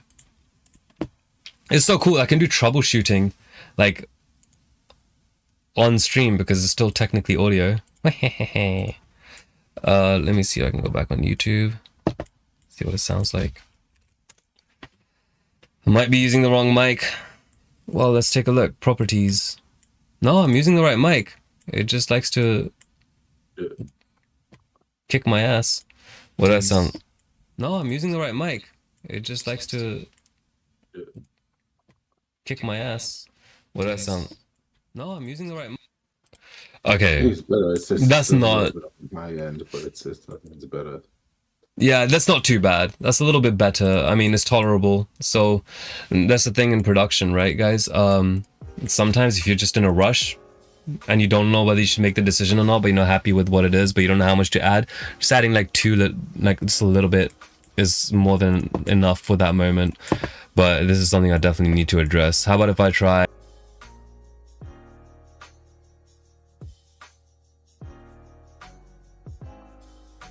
This microphone here. I wonder. Let's take a look. Jesus Christ. Mike, it just likes to. Come on. Okay. Production decision or not is try. Yeah, it's not blowing people's ears up anymore. This microphone here. I wonder. Let's take a look. Jesus Christ. Holy crap! That's beautiful. Okay. I need to definitely increase the gain on it though. That is definitely a thing. Right now I'm assuming that maybe about 7.9 just to take the piss. 12.9. All right. Oh, am I clipping now? Probably. Blow everybody's eardrums up. Hold on. I think I might know what's going on. Yeah, no, that is definitely not too much. I think I just need to boost it with a gain in OBS. Let's do like a 7 dB boost. No way am I fucking clipping already. Check. Alright, this should be good. I don't see this being an issue. Surely. Let's take a look. What does Vichy sound like? Alright, gosh, this should be good. I don't see this being an issue. Surely. Let's take a look. What does Vichy sound like? Headphones. Yeah. I'm using headphones to listen. But the thing is, these are open backs. So it's like kind of leaking in. So that's a little bit of a problem. One thing I can also do is take a look at my channel strip. Okay, so... Wait, what do I sound like on stream? There's actually a really good time to actually check what I sound like. But one thing I can also do is take a look at my channel strip. Okay, so wait, what do I sound like on stream? Much better There's now. actually Definitely much better. Yeah, I'm actually happy with this. Yeah, we can move on. I mean, we can continue what we were going over. which I don't remember what it was. Oh yeah, the process chain. Okay, so what I have over here is I have one thing going through a compressor pan left, one thing pan, compressor pan right, and this one's going to be pan left, this one's going to be pan right. So left, right. So this compressor is taking things only from the left, sorry, this here, and it's going out and only delivering it to the left ear. This compressor is sending things out to the right. I mean, it's taking in things from the right ear and it's sending things out the right ear, right? So with that being said, also remember, -3 decibels every time you do a full pan. Oh, make sure to do -3. Pan law means that there is gonna be a 3 decibel gain increase logarithmically as you pan to the right. Otherwise, it will feel like it's a little too quiet. That's why pan law exists. But honestly, pan law works the opposite way for me. I wish I could turn it off. If I wanted the left ear to be louder, I would make it louder manually. Thank you very much. I'd do stereo panning if that's something I wanted to do.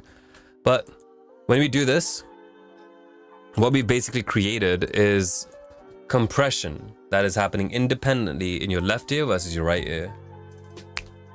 You're welcome. You're gonna have a lovely time with this. You guys are gonna love me for this. If you guys can do this on FL Studio, shoot, give it a shot. But I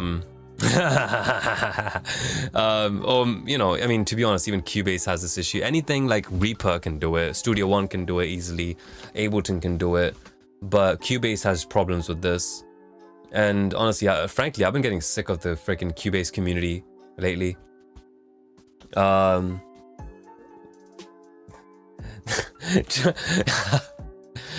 There's law for pans. There's law for pans. What about my cast iron? Oh, bless you, bless you. Have you always been into mix and master and sound engineering? I DJ and make beats, and I'm still learning to mix and master. Honestly, no, I've never been into mixing and mastering and sound engineering. I don't do this. I don't like this. I am not a mixing and mastering engineer, and I never will be, and I never want to be a producer. That is not something that I am and never will be, and I never want to do. However, like, the first and foremost thing that I am is a singer-songwriter and performer. That is the only thing I am, and that is the only thing that I really like doing. However, with that being said, the reason why I can look like I know quite a bit about this stuff, hey Joe Mantra, the reason why I can look like I know quite a bit about these things is because I'm sick of producers that don't. And I don't like being in company of producers that are like, oh yeah, I can make your track, bro. I can make your beat, bro. I can make this and that, bro. But they don't relate to me and they don't connect to me. They don't know how to do that shit. That's why I get more gigs in their job than they get in their own, because they don't freaking care about empathy. So it's difficult finding a producer that really connects and really knows what you're talking about. Not somebody who's, so I only know this stuff because other people can't do it right. And with that being said, I'm going to take it to a legendary level. I've invented knowledge in this field. I've actually had some really fulfilling moments with this shit. Like I have revolutionized certain things when it comes to this field. And I'm not going to lie, it does feel pretty humbling and pretty cool. I remember this a cappella group that I was making mix for and all that stuff, and what I for a month straight I was actually intimidated. I was actually in tears because I was like, holy shit, I don't know how to do this thing. I took it to a lot of freaking industry networks that I know, and asked for help on this thing, a certain issue, not the mix itself. The mix itself, fine, but there's a specific issue that was there. I'll tell you guys about the issue in a bit. I don't want to bore you guys. I just wanted to tell you the story. So I've been to some, really interesting people, people that have worked with Netflix, people that have made soundtrack for, video games that are actually well known. Even some people that have 6 to 7 million freaking, monthly followers on Spotify. I've asked the best of the best people that I can, because I don't like asking questions. I don't, because I love asking questions, but I don't like going to people. I like to solve it myself.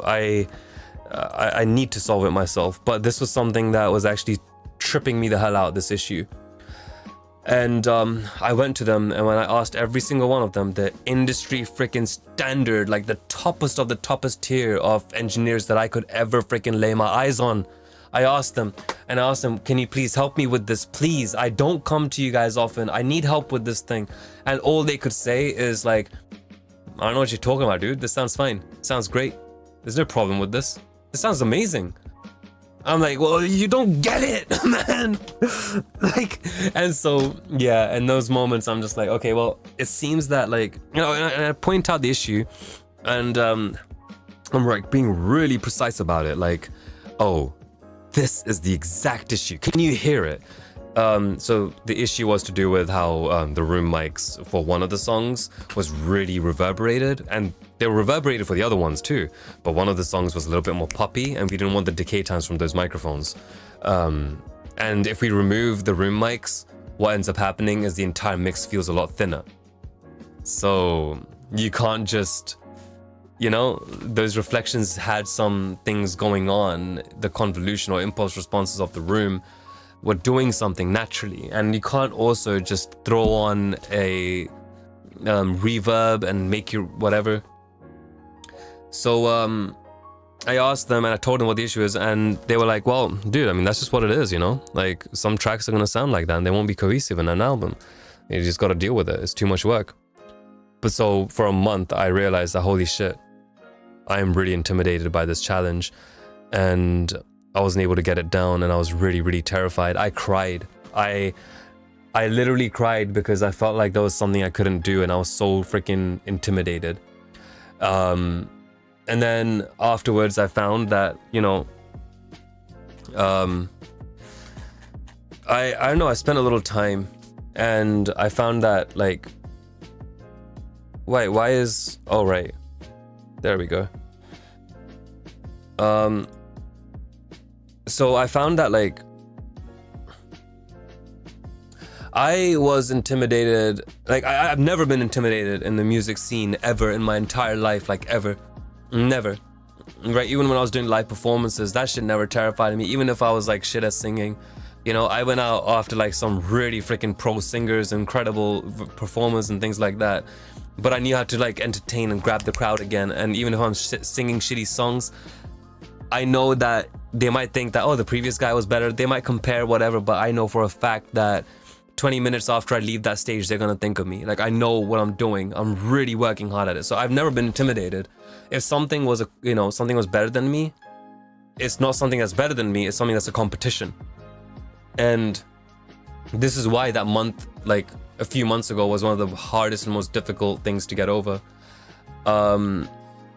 So then I realized that, you know what?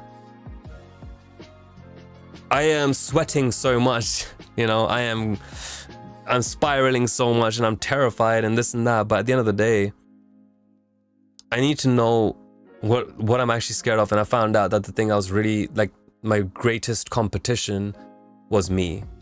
And I realized how competitive I was with myself because I got bored of the competition out there. That I just forgot about him, and I was becoming self-destructive, and I was like, I'm competing with myself, and I just went really ham in it. And then I had to, like, let myself know that, okay, bitch, you know what?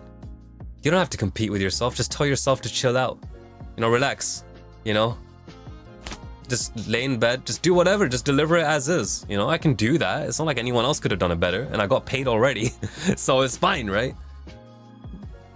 But I couldn't live with myself because even though I was terrified, it didn't feel like I was doing anything revolutionary unless I was there, like, inventing things, you know, coming up with new ideas that would generally terrify people or whatever, you know, dealing with these problems. I want to be one of those people where if, like, this is the center of all human knowledge, I want to be the guy that can kind of, in this tiny, sweet, short little life, just do a little this, just a little bump, you know? That's all I want to do. I just want to be a little bump and just create that. I just want to be this, you know? That's all. And I can't live with myself if I'm not trying to pursue more knowledge and trying to chase things down. I can't live with second best because future me is better than I am now, and I'm gonna reach him every single time. So I know the question was like, have you always been into mix and master and sound engineering? No, I haven't. I do it because I am wildly competitive and I feel like I've been, you know, denied a certain thing as an artist from people. It was a forced collaboration. That's why I can't wait for AI to replace all of us producing people, because I want artists to be able to do what they want to do. You know, artists to be able to get the mix done in a second. I want artists to be able to... Why do we prioritize mixing, mastering, sound engineer, this and that shit, when the priority is to get what's out there? I'm not saying that like we should invalidate all the, you know, engineers in the past. They have done everything they could. We need to let them rest, you know, and we need to make it so that like they don't have to collaborate with artists, you know, because why are they acting so arrogant? Clearly because they don't want to be around them. No, these guys don't want to be around each other. Split apart. This is a forced collaboration. That's not what music should be, you know. And I'm not gonna take that forced collaboration. I want what's here to come out there. And right now I don't get to do that with my own music as much because I see these artists that feel the same way, and I want nothing more for their visions to come around. And I feel like I'm the guy who can produce and get that done, you know. And so I want you guys to take something away from this whole thing, right? Number one, like anyone can freaking tweak knobs. I'm sorry, your job is useless. Anyone can tweak knobs. No one gives a shit. I don't care if you know how to use Serum. You're useless to me. Like redundant. I don't need you. I don't need you if you use mixers. I don't need you if you use compressors, this and that. It's just buttons. It's technical shit no one gives a shit about. And you know, like, it's anything that people can learn like that. It's not even hard. Your job is not hard. Stop it. Just get over yourselves, you know? The thing that actually matters is your artistry, you know? Not the technical shit. The creative stuff. That's what matters. Your technical thing should be your secondary material. And if you are going to do mixes for artists, and if you're a beat maker, you're an artist. Stop it. Stop trying to think it is about tweaking. And this is why people end up in a situation where they, you know, tweak knobs until something sounds good. No, shut the fuck up. You know what sounds good. You're an artist. It's in here. You know what I mean? You already have these wonderful visions and ideas and sounds. You know, you have them. Tweak knobs to reach that, and then stop tweaking the knobs. And then embrace what you've gotten up here. You know? Enjoy it. Like, it's wonderful. It's like playing guitar, right? As soon as I pick up a guitar, right, I'm already thinking, all right, well, I want to have something which is a little bit like that, like or I want to feel like whatever it is. So I'm gonna be like whatever. I can do that, right? Because that came out here. But the middle ground is my finger movement. Right? That dexterity is the technical, the producer, the thing that generates it. You know what I mean? This should not be a bottleneck between your creativity and infinity. That's all. That's what I'm saying. You know, understand the difference. Anyone can learn how to tweak knobs, learn technical shit. Anyone can do that. The only people that can't are people that have, you know, like no interest in it and don't really care about it in the first place. or people that have learning disabilities or whatever, which is fair enough. I'm on the fence about the use of AI in music creation. If it were used as a tool, like giving you advice on how to approach something, then I'd be more receptive. I think that here's what I think. I don't care about how AI is going to be used. Use it however people like. And the reason why is because I've already, you know, if you can make it sound good, it sounds good. But at the end of the day, I think people want performers. I think people want somebody that's a face, somebody that's real. Right now, there's the AI music novelty. I don't think it will last. I know that AI music is gonna get better and better and better to the point where it's fundamentally impossible to tell the difference. But right now, it is just trash. People can hear it. I know people that aren't even close to being musicians that are like, oh, this is AI, because they can hear it. And this isn't like little by little. Like, this is noticeable because they don't hear that nice depth and thickness in those guitars anymore. You know what I mean? Like, they don't hear those widths. I think one thing that kind of proves your point and gives credit to what you're saying is the fact that, right, people want performers. I don't think the majority of people care how technical an artist are or how good they are. In a certain sense, you know what I mean? A lot of people are interested in artists because of their personality and because of the way that they portray themselves as artists. You know what I mean? Their image, their style, things like that. That comes from a person, not his personality. That is something that you perform. AI can make fucking... in the future, AI can make the most beautiful fucking music, but... Maybe, it's yeah. the people we connect to, you know what I mean? The performer. When you go to see a performance, I go to fucking concerts all the fucking time. The experience is the performance. It's not just the music, it's the performance. Yeah. So I understand what you're saying and I agree. Right? Yeah, absolutely. Like I here's the thing.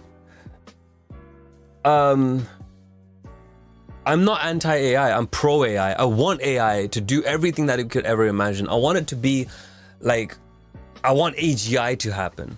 I want it to be so that I can just stay in bed and just be like, hey, can you make a song that's a bit like da da da da da da da da da da, and it knows what I'm doing because of, like, it understands the formant from the patterns that I'm doing from my mouth or whatever.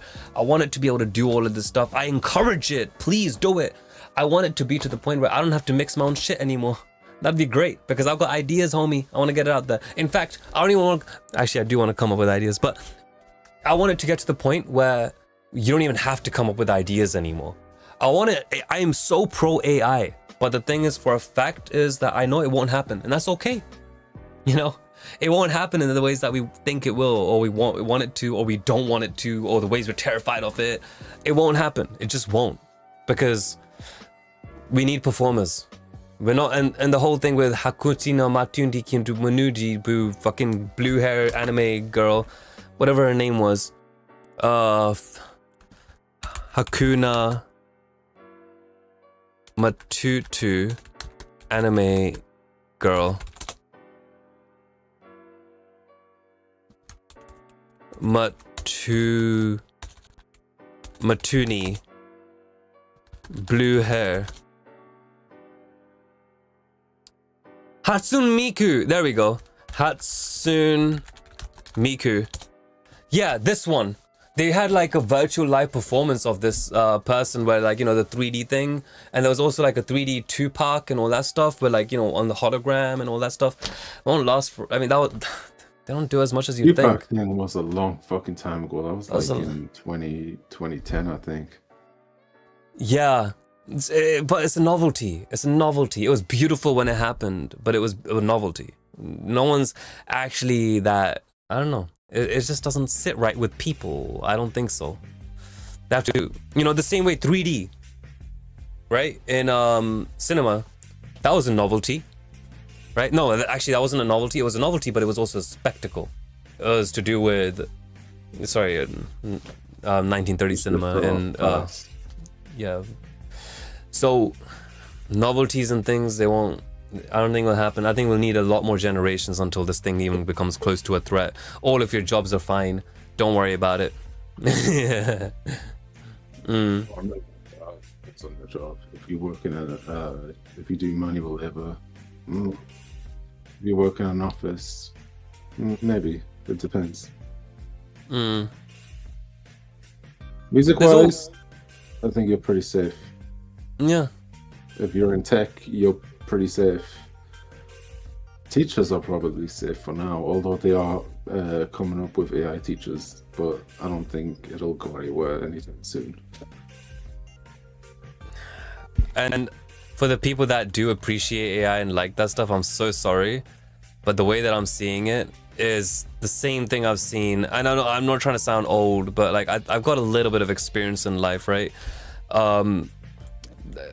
I've seen companies do this all the time, man, all the fucking time. You have Uber, right?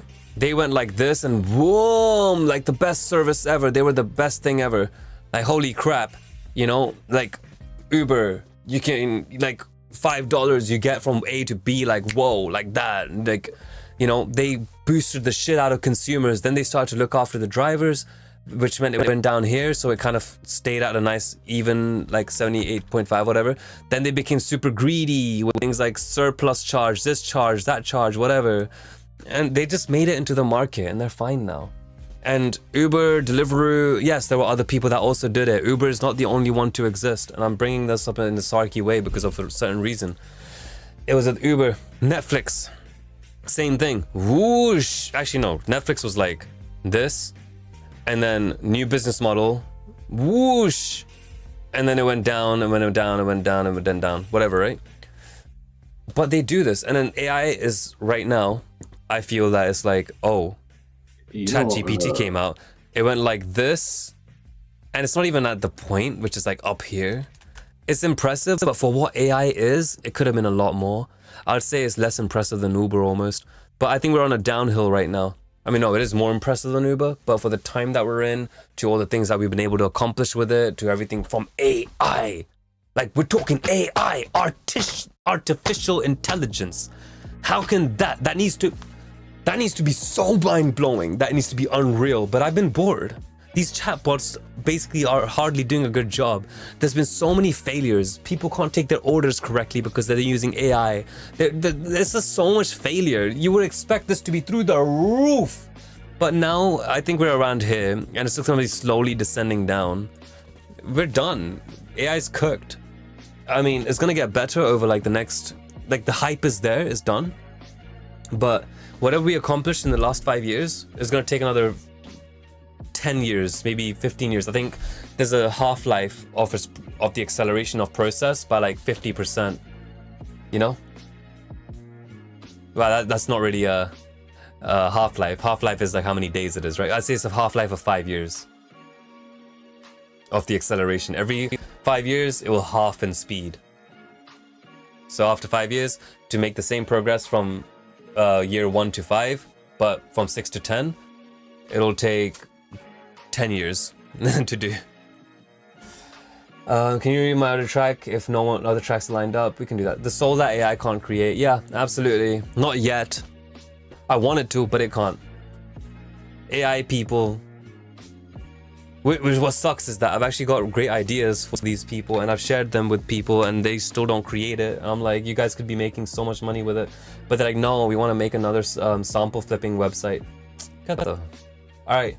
No one will ever listen to anyone, and creative will be based on AI only. If making music is easy, everyone will become a musician easily and no one will really listen to anyone. And creativity will be based on AI only. You're talking about market saturation. I think there's already like an infinite number of songs coming in every single day. Our market is already unnecessarily saturated, but music has not gone away. And if you add like another 100,000 songs to the mix because of AI creators, 1 million more songs to the mix, to like the countless that are out there, it's not gonna make a difference. It's not gonna make people listen less because there's already so much music and you only listen to the curation that you enjoy. Music is something you will never be able to get rid of ever because it's primal. It is caveman shit. And it's caveman shit followed by the contrast of culture put together. You're not getting rid of that. It's human. You need it. You have no choice. Even those people in Papua New Guinea like banging on their fucking drums need it. And they haven't met humans in like how many hundreds of thousands of years? Yeah. Can you remember a track? Yeah, check Suno AI. It can make super good music, super high quality if you have not tested it. I have tested it. We did a whole stream looking at Suno. That shit was a joke. Because every time we played it, and it was like, first it was impressive, like, oh, it can do something, that's cool. Oh, it can do that, that's pretty cool. But the voice is so generic. It is the same generic voice. The female is so generic. You need to train new models of like voices. And I know for a fact, it takes a lot of time to train a voice model. And trust me, I'm not coming out of this from like, I'm talking about like, people using different ways to train like voice and like different models using all this data and whatever.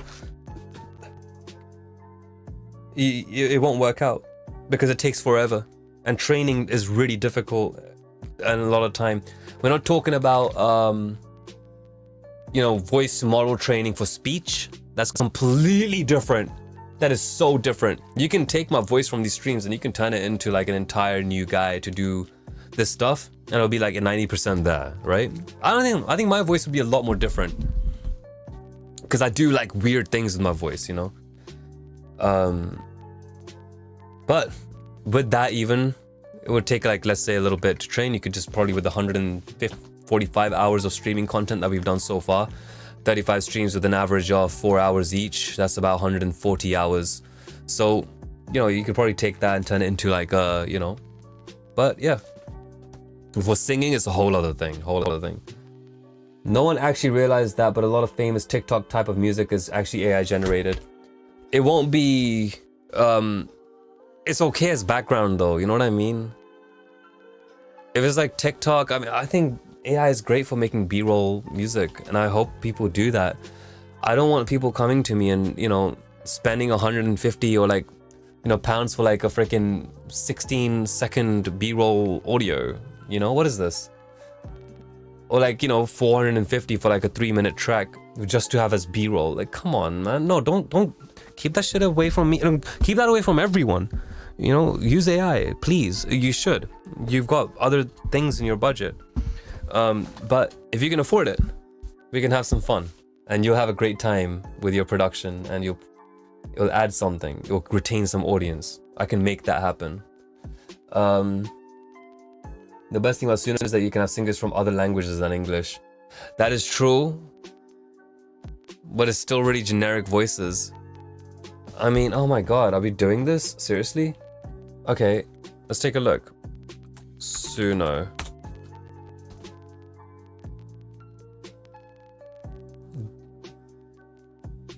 Didn't I already do something with them?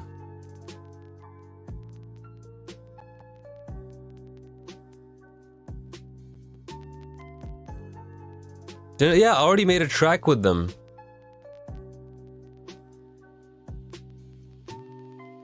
There's no songs.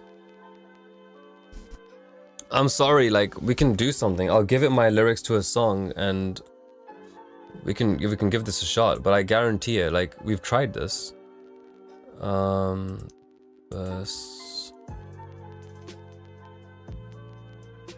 Where are my lyrics? I just gotta... I'm trying to find them, sorry. I'm just gonna give it my lyrics and I'm gonna let it do what it needs to do. Ensemble, my name, do you feel sleepy? That's some weird acapella. Here we go. Sooner resolve my problems with audiobooks, not having a narrator for the books. That's interesting. That's pretty cool. Add lyrics. So these are my lyrics. I've written these. So I'm already giving it the answers. Song's getting cold. I'm gonna show you my version of this song, and I'll show you whatever this thing is gonna do. My one's not mixed, by the way, so don't be too critical, alright? Let's see. Exports. Actually, while it's doing that, let's see.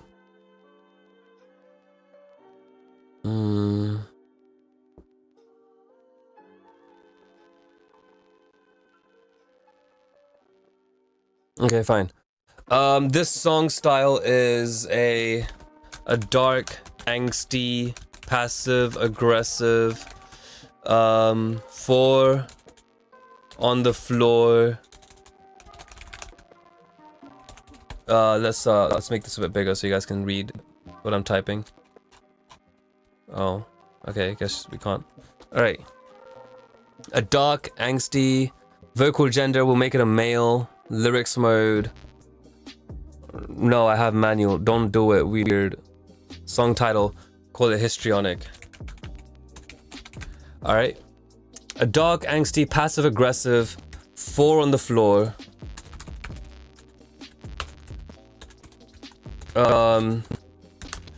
Radiohead slash, well, what is it? I'm being honest here. I'm not lying to you guys. You know, I'm just testing properly.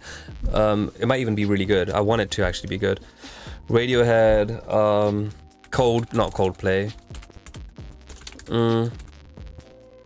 What else? Radiohead, Arctic Monkeys vibe.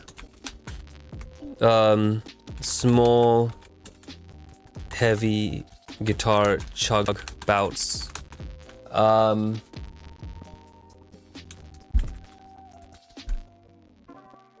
And on pre-choruses and chorus. All right, I think this should be enough, right? D minor Flux. All right. So I have a song over here. We're gonna take a look, right? I have written it out, and I'll show you what I've done. Let's create. Let's see what happens. A dark, angsty, passive aggressive, 4 on the floor. Radiohead, Arctic Monkeys, small, heavy guitar chugs, bats on pre-chorus, D minor, Flux. I'm describing my own song. This feels weird. I don't do this shit, man. All right. Flux. D minor, 135 beats per minute. BPM. Please understand what BPM is. All right, let's create generate, I guess. Is there anything else I should add? Anything else? Please tell me. Before or forever hold your peace. Is there any other type of variable we need to include? Metal Gear Solid sound. The alert Sorry? sound is Metal Gear Solid. Yeah? What'd you say? The alert sound in Metal Gear Solid. Oh yeah, no. I'm not putting that in here. Okay. I'll click create. I gotta use the cigarette break. And oh, you can't add artist name? Oh, that's lame. Well, maybe one day we can.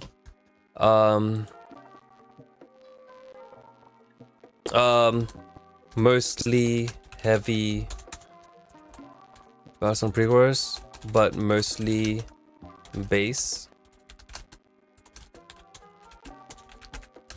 Some nice plucks.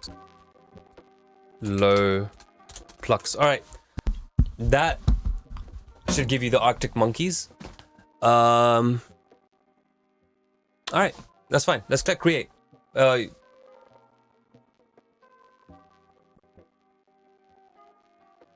Create. Alright.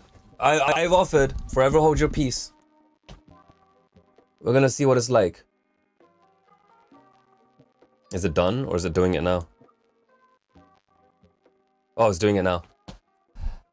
Alright, I'll be back. Don't like the use of AI personally. Please tell me why you don't like the use of AI personally. Like, and you know what? Bro. Before you say it, please be completely vulnerable and honest about it. Completely. If you're feeling that, oh, I'm insecure because I don't want my job to be taken, or I'm feeling this and that, or I'm feeling whatever, like, oh, don't just give me some bullshit about like, oh, the soul is gonna be gone. Like, no, you can just the soul should be for you, not for other people. You know what I mean? Like some real, yeah. Yeah, like, so tell me what you don't like about the use of AI in music or whatever, right? I'll be back. You guys can listen to I think it's like Sade's voice. It feels like her. I'm surprised they haven't taken this down.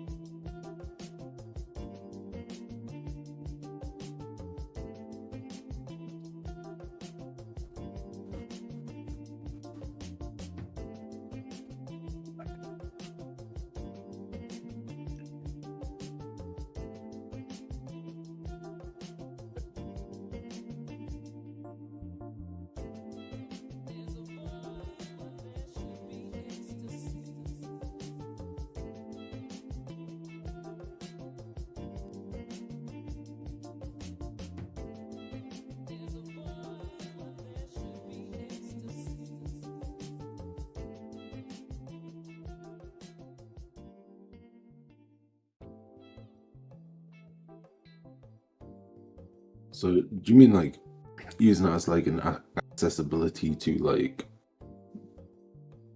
for example, if you can't afford certain instruments or certain effects or something like that?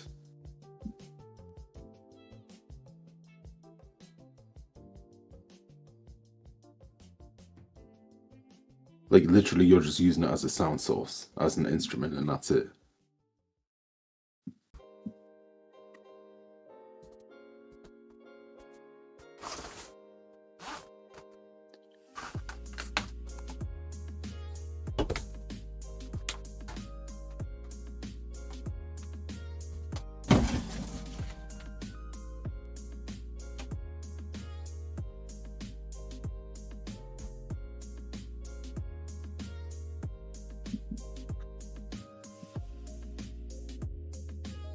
I guess that makes sense, but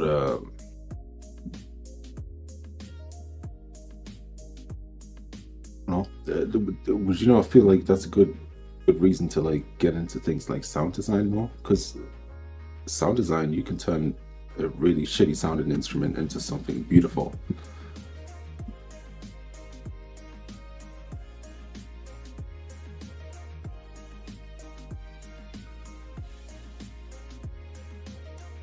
Auto-tune was yeah, after T-Pain, everybody started using it. There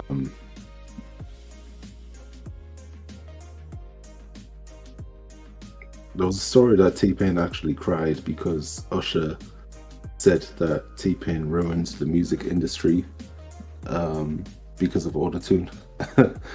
And T-Pain looked up to Usher, so that made him actually cry.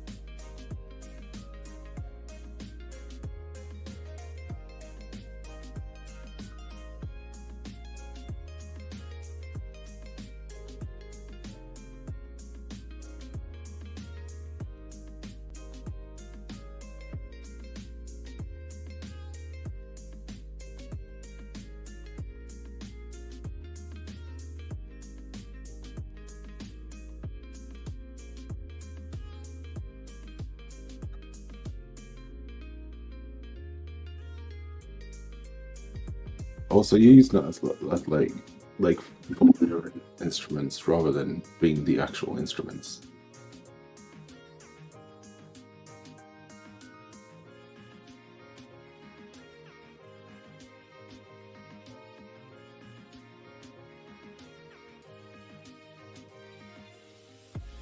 Pretty interesting use of AI.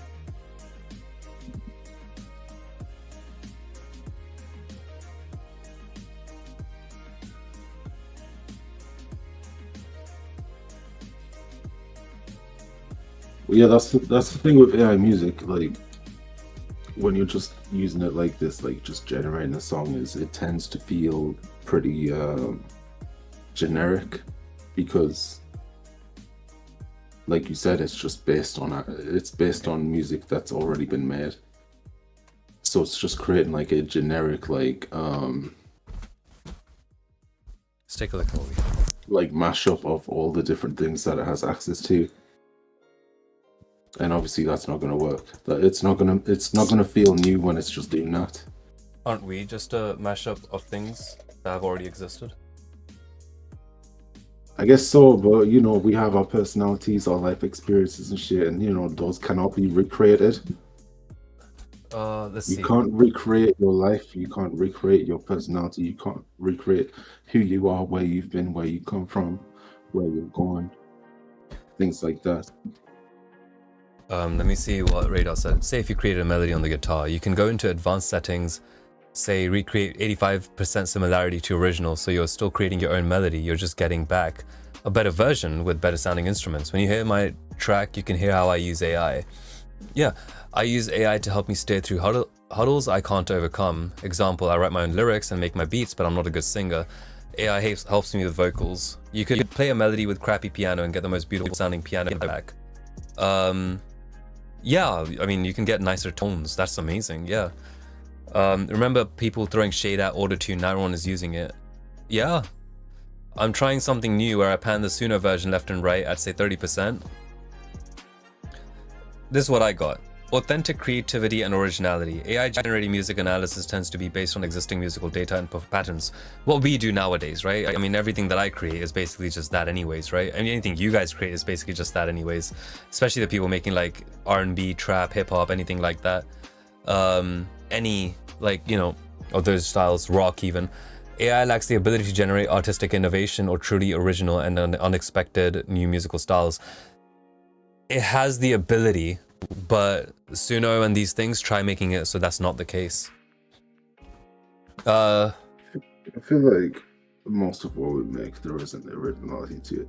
I see what you're saying. I mean, I don't know if this has happened to you, but there's been time where I've been like writing up a piece of music and oh, I'm really feeling that, I'm vibing with it, like my body's moving, I'm having a good time, beautiful melody, chords, everything. And then like a few hours later, I'm thinking, wait, this sounds familiar. And the melody is like, exactly. I think of a song and I'm like, damn, that's what that is. I think that we need to go into a 12, not a 12 temperament, but like a, I don't know, like a 16 temperament in music, and that will make things original. Authentic creativity and originality. AI-generated music analysis tends to be based on existing musical data and patterns, but you literally just defined AI as being something creative.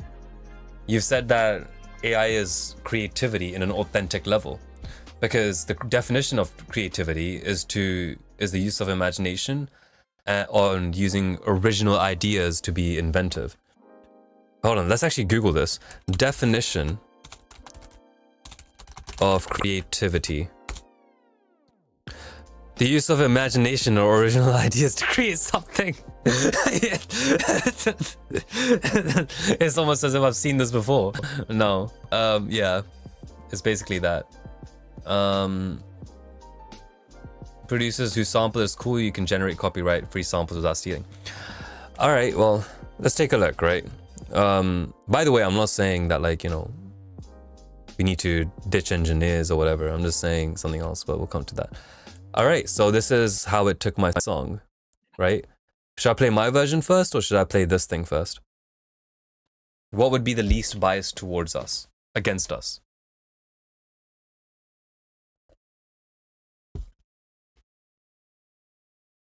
That's why, do you want to set the baseline on yours or do you want to set the baseline on the AI's? Where do you want the baseline to be? I want it to be as unbiased. I want it to be biased against us so that we can make a stronger point. So, okay, Underground says, let's hear my one first. All right. Let's see. This is unmixed, but it's here, right? Let's get this over here.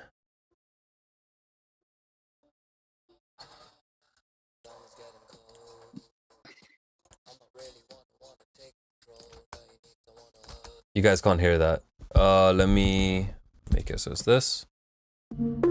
There you go. Summer's getting cold. I'm not really wanna take control. Now you need someone to hold. Your fucking issues, how they take the toll on one's shoulders. Yeah, I told ya.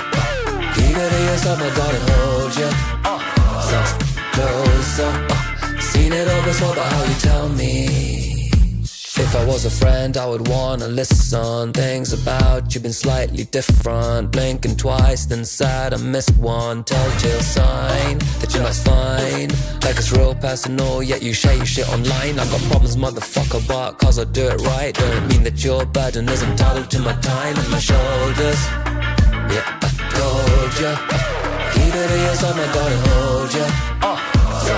Closer. Seen it all before, but how you tell me?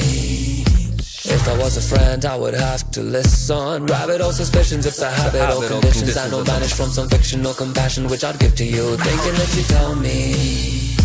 that I gotta be your beast of burden. Turn into your feelings, at least I heard them. But your bullshit helps determine that you're designed like you're not fine, like it's real personal, yet you share your shit online. I got problems, motherfucker, but cause I do it right, don't mean that your burden is entitled to my time and my shoulders.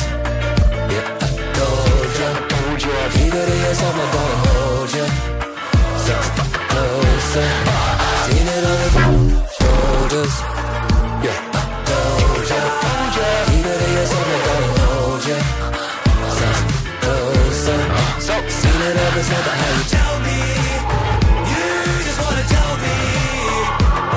But I'm done with the deal and I'm done letting you get that. What are you now? You're histrionic. Yup, Vichy. Get out. So that's me, right? What I'm gonna do is I'm gonna play the instrumental for a certain part, so you can hear the piano that would kind of drown out.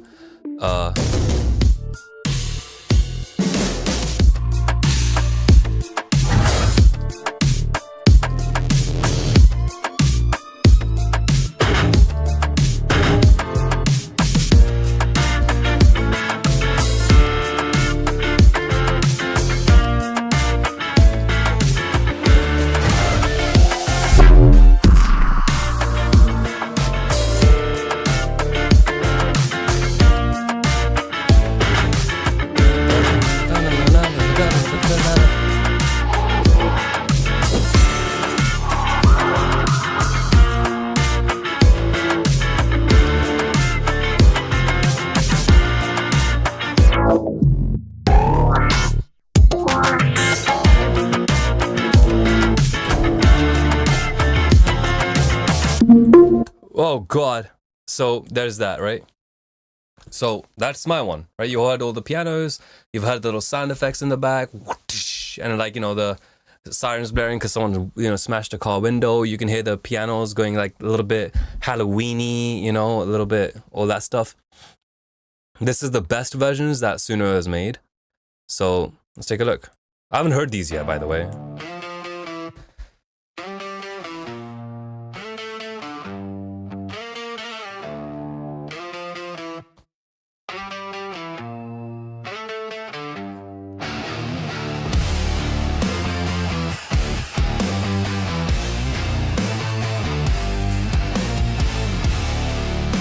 It's using a 5-string bass. Summer's getting cold. Because you have a more... Really wanna take control. Now you need someone to hold. Your fucking issues, how they take their toll. On one shoulders, yeah, I told ya. Keep it to yourself, my darling. Hold yourself closer. Seen it all before about how you tell me. If I was a friend, I would wanna. So there's that. Literally the most generic voice that we could possibly have. That is not the type of voice I would want to have. The cadence, it doesn't get the cadence, man. I tried to make it really very clear how the cadence should be. It shouldn't be like on one's shoulders. Yeah, I told you, keep it to yourself, my darling. No, it's not what I was looking for. You know, like it has the chance to make the best possible cadence from this. You know, which I think I did on my one. On one's shoulders. Yeah, I told ya. Keep it to yourself, my darling, hold ya. Self closer. You know, like I gave it that whole thing. Like the way that I've written it too. And there's this part over here where I'm like, rabbit hole suspicions, it's a habit hole. So let's go to like one of these ones where you should be able to hear that line. The lyrics say, tell me, if I was a friend, I would have to listen. Rabbit hole suspicions, it's a habit, old conditions that don't vanish from some fictional compassion which I'd give to you. Do you see how there's the rhyme going back and forth? It's like ping-ponging the rhyme. Like, rabbit hole suspicions, it's a habit, old conditions that don't vanish for some fictional compassion which I'd give to you, right? That type of cadence, right? Let's see if this does that. Hopefully it's close, at least.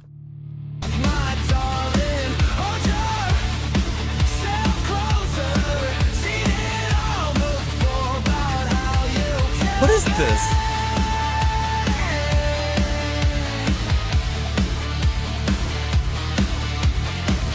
Okay.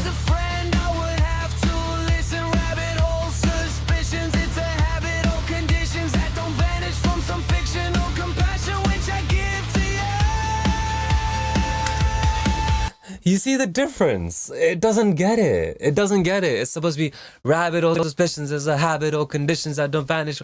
Do it in any way. Do it any way you want. I don't mind. Do it your own creative way. Don't do it how I did it.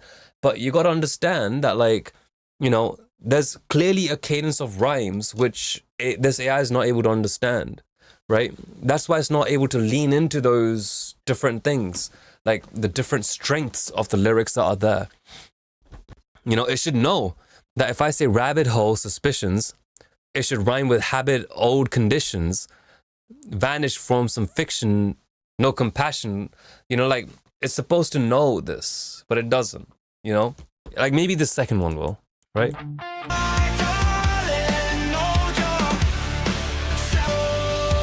Tell me, if I was a friend, I would have to listen. Rabbit hole suspicions, it's a habit or conditions that don't vanish from some fiction. No compassion, which I give to you.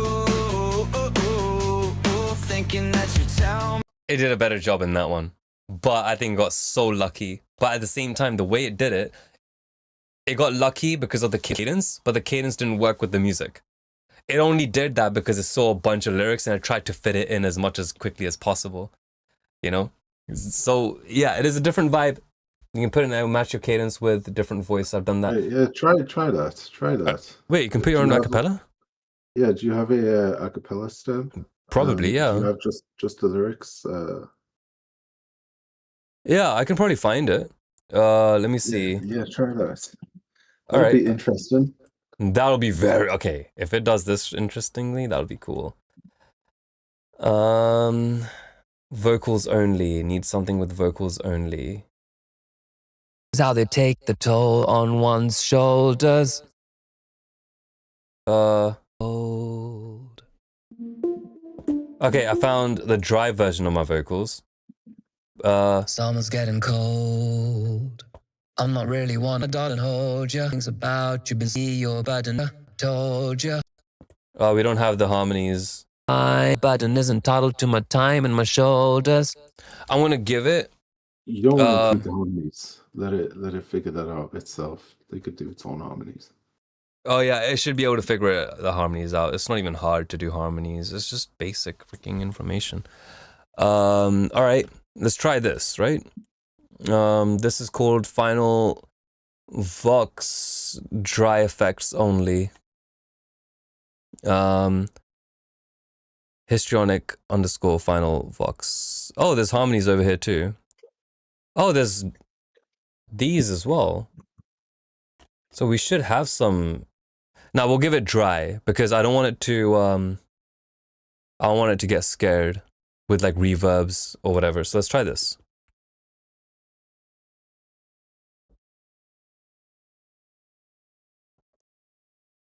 Oh, it'll only do like a minute. Sorry, maybe it'll like figure out the rest. Wait, it only gives you a minute, doesn't it? Apparently, let's just see what. Let's just make it. Can it do it within a minute? Like in the final, it's like a minute anyway, isn't it?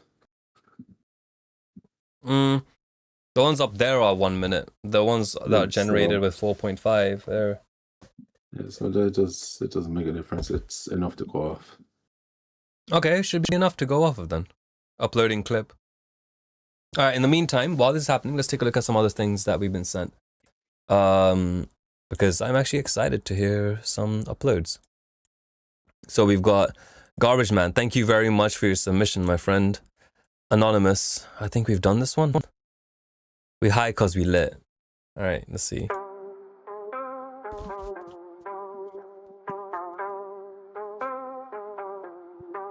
We high cause we lit. Yeah, we lit. Yeah, we lit from the ground to the sky. Now we drill, whole squad on the way. Never sing, never slip. We high cause we lit. Yeah, we lit. Yeah, we lit. Late night. night city glow on the windshield. Dreams dead, but I still keep my chin real. Came slow, every step was a setback. Not a bass in my chest when the check stack. Can't smoke, let it flow like a signal. Talk cheap, but the vision. I feel like the issue with this, I'm not sure what you did, but the vocals sound really off. Did you do some like formant shifting and stuff like that, like with like warping and stretching using a really weird algorithm? Because it's messing with the vocals. It's not sounding right. It sounds very disconnected and wrong. I'm not sure whoever performed this, like. Maybe they should sing more in time because you're probably doing some time stretches, or maybe it's one of those. I don't know. It doesn't fit right. It feels. It doesn't feel like a person. Let me see. I'm also hearing so much artifacting and aliasing. What's going on here?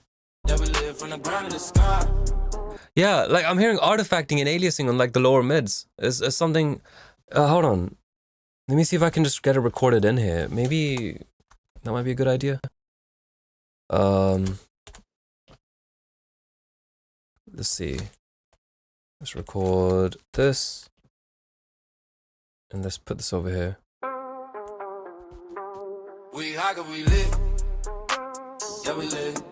Where's the fundamental?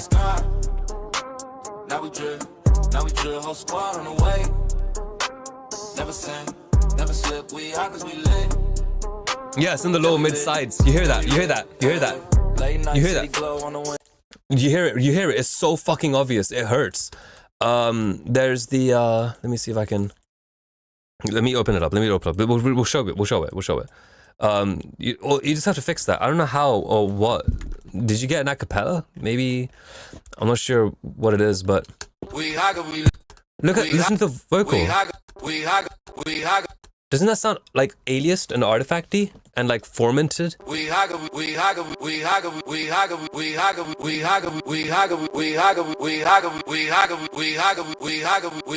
don't know where it is. This part is hitting a clipping stage in an unpleasant way. This thing should have some fundamental in the lower mids. On the fundamental of it should be boosted.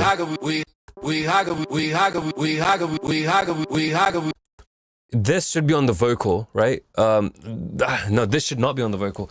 You got to make sure you don't cut the fundamentals out in the first place. This is gonna sound so wrong if we do it like this.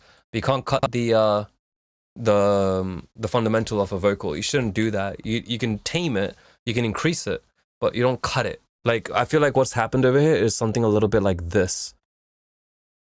Just to make it fit with like, let this around be for the bass. No. Don't do them things, boy. Rude boy, we don't do them things. Alright, let's see. Now the freaking bass is gonna be too much because we boosted this, right? The bass is gonna be really right? We lit. Yeah, we lit. Yeah, we lit from the ground to the sky. Now we drill. See, we can't do anything about it. We can't do anything about it whatsoever. Unless it's like multi-tracks and you have all of that stuff, that's okay. But you don't want to remove the fundamental from the soloist. And I feel like it's cut. So you either need to get the raw recording back and start doing the processing again. Flanger effect. No, don't do that on the lower mids, because that area in the lower mids is like the easiest to get phase issues with, when you do flangers or choruses, or whether you do phasers or width related things, and then you mono it becomes really wrong. So don't do that on the lower mids. Maybe a little bit on the third harmonic plus on the vocal. That should be a lot better. You see the difference though, right? You hear the difference. Like if I have this versus feels thin, right?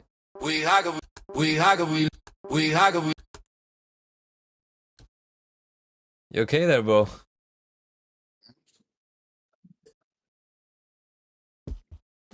You good? Tired? Oh shit. All right, let's call it in 10 minutes, yeah? I mean, let's just go over everyone's stuff. We'll go over the chat list. We'll also take a look at his new upload, and then we'll get through these quickly, all right? Should be okay. I think we got like only 1, 2, 3, 4, 5 things to look at. We can look at them really quickly. But yeah. So the speed run, yeah? The speed run. Alright. We high 'cause we lit.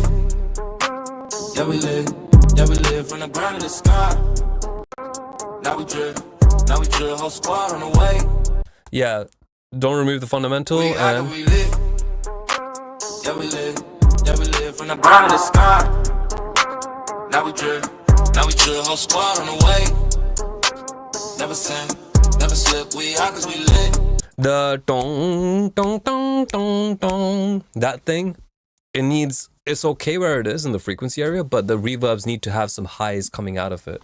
You know what I'm saying? Like the dong dong dong dong dong, like the main dry signal is good where it is, I guess. I mean, you could do whatever, but it needs reverb is generating some high frequencies in the back so we can get some brightness into the track. If I boost it over here, it's going to be really difficult because of the fact that there's other elements. And we don't want to boost those hats and stuff like that. And we also don't want to do it on the vocal. Yeah, we lit. Yeah, we lit from the ground to the sky. I don't know why this is the thing. I don't like these vocals.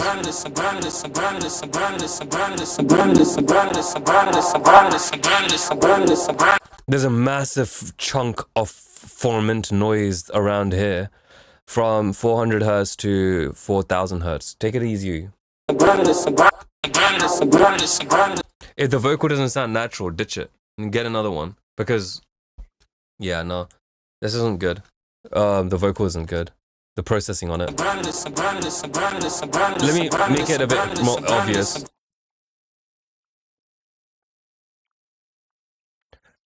All of this sounds really thin. It sounds so flat.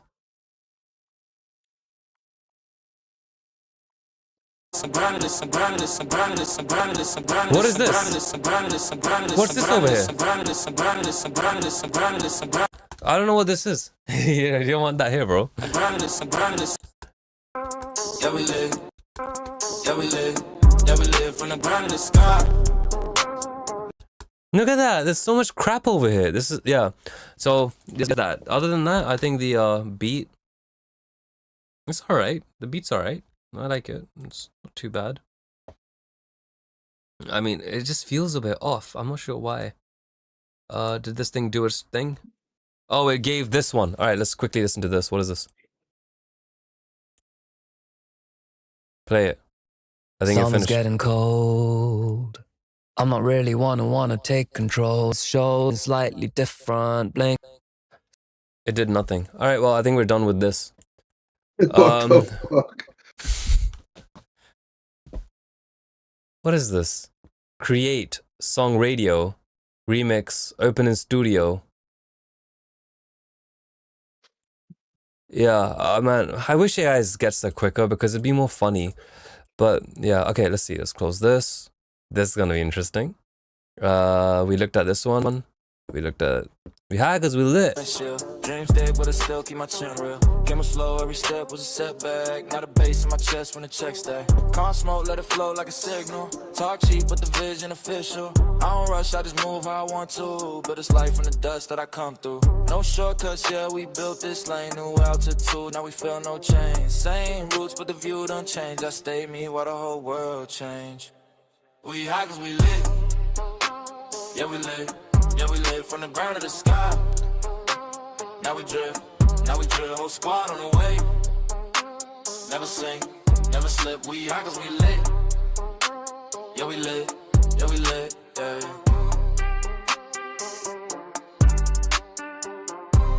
Interesting. Instrumental break and it feels wrong. It feels really wrong. The low end is nice though.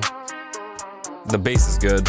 Sunset fade with the gold and the haze. All grind, no fear, no phase. They doubt real loud, I move real quiet. Now success make noise when I ride by. No mask, I ain't playing no image.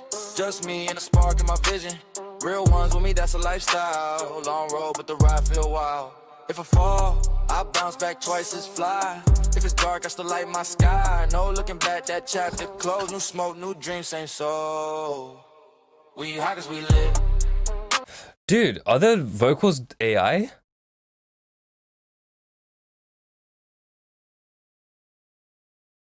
Because that's way too much artifacting, and it doesn't feel like it's artifacting that's analog, nowhere close. It doesn't feel like artifacting as, you know, from aliasing issues, from, you know, like oversampling, I mean, a really shitty oversampling. It doesn't feel like that. All of the things felt way too even. Like when we did the skim around with the sides EQ, I feel like, yeah, I don't know. It feels very AI, man. Like, I'm not sure. Maybe. And if it isn't, I'm sorry. I don't mean to be offensive, but it sounds AI. The low end is nice, though. The low end hits tight. Yeah, we lit. Yeah, we lit from the ground to sky.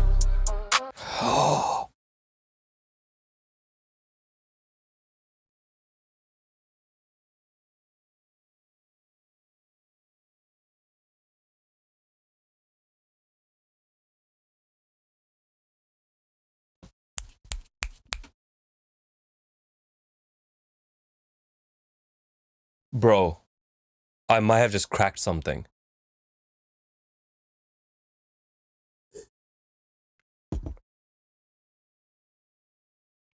Why did the low end feel tight? Okay, let's take a look at a thing called fast Fourier transform, right?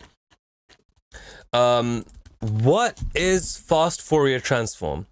So, you know those frequencies that you see in your, fuck it, let's turn this on real quick. There we go.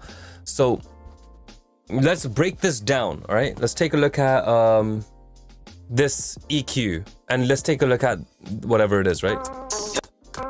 Yeah, we lit. Yeah, we lit from the ground to the sky. Now we drip. Now we drip. Okay, let's get the this thing. Yeah, we lit. Yeah, we lit from the ground to the sky. Fuck off. Okay. Yeah, we lit. Yeah, we lit from the ground to the sky. Okay, analyzer, very fast, maximum resolution. Okay, we need to use an actual spectrum analyzer. Okay, you know what? Ableton actually has something useful which I don't ever freaking use because it's too useful. I don't like it. And what I mean by too useful is that it's too much resolution. I'm not a fan. Spectrum. Here we go. Right?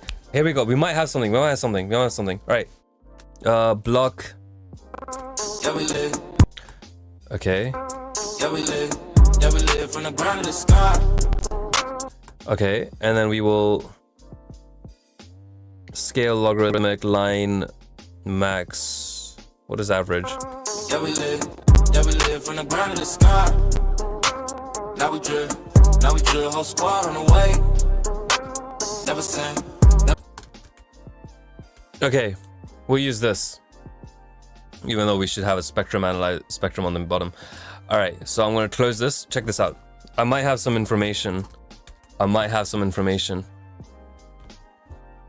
So these EQs, what do they do?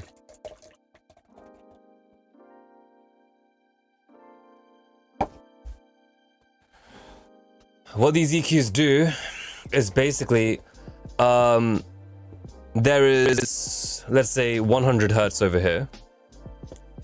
This is 90, 80, 70, 60, 50, 40, 30, 20, right? Now, you see this bump over here, right? All of this is an average. This is such an average. You can sharpen this again and again and again and again and again. And if you do that, you will basically get this, right? So I'm going to quickly turn this into a vertical line. Between each one of these, there's 10 hertz, right? So this is 100 hertz, 90 hertz, 80 hertz, 70 hertz, 60 hertz, 50 hertz, 40 hertz, right? Inside of 40 hertz, there are, where is it? Let's turn this down to 1 pixel. Inside of 40 hertz, there's how many hertz? Between 40 and 50 hertz.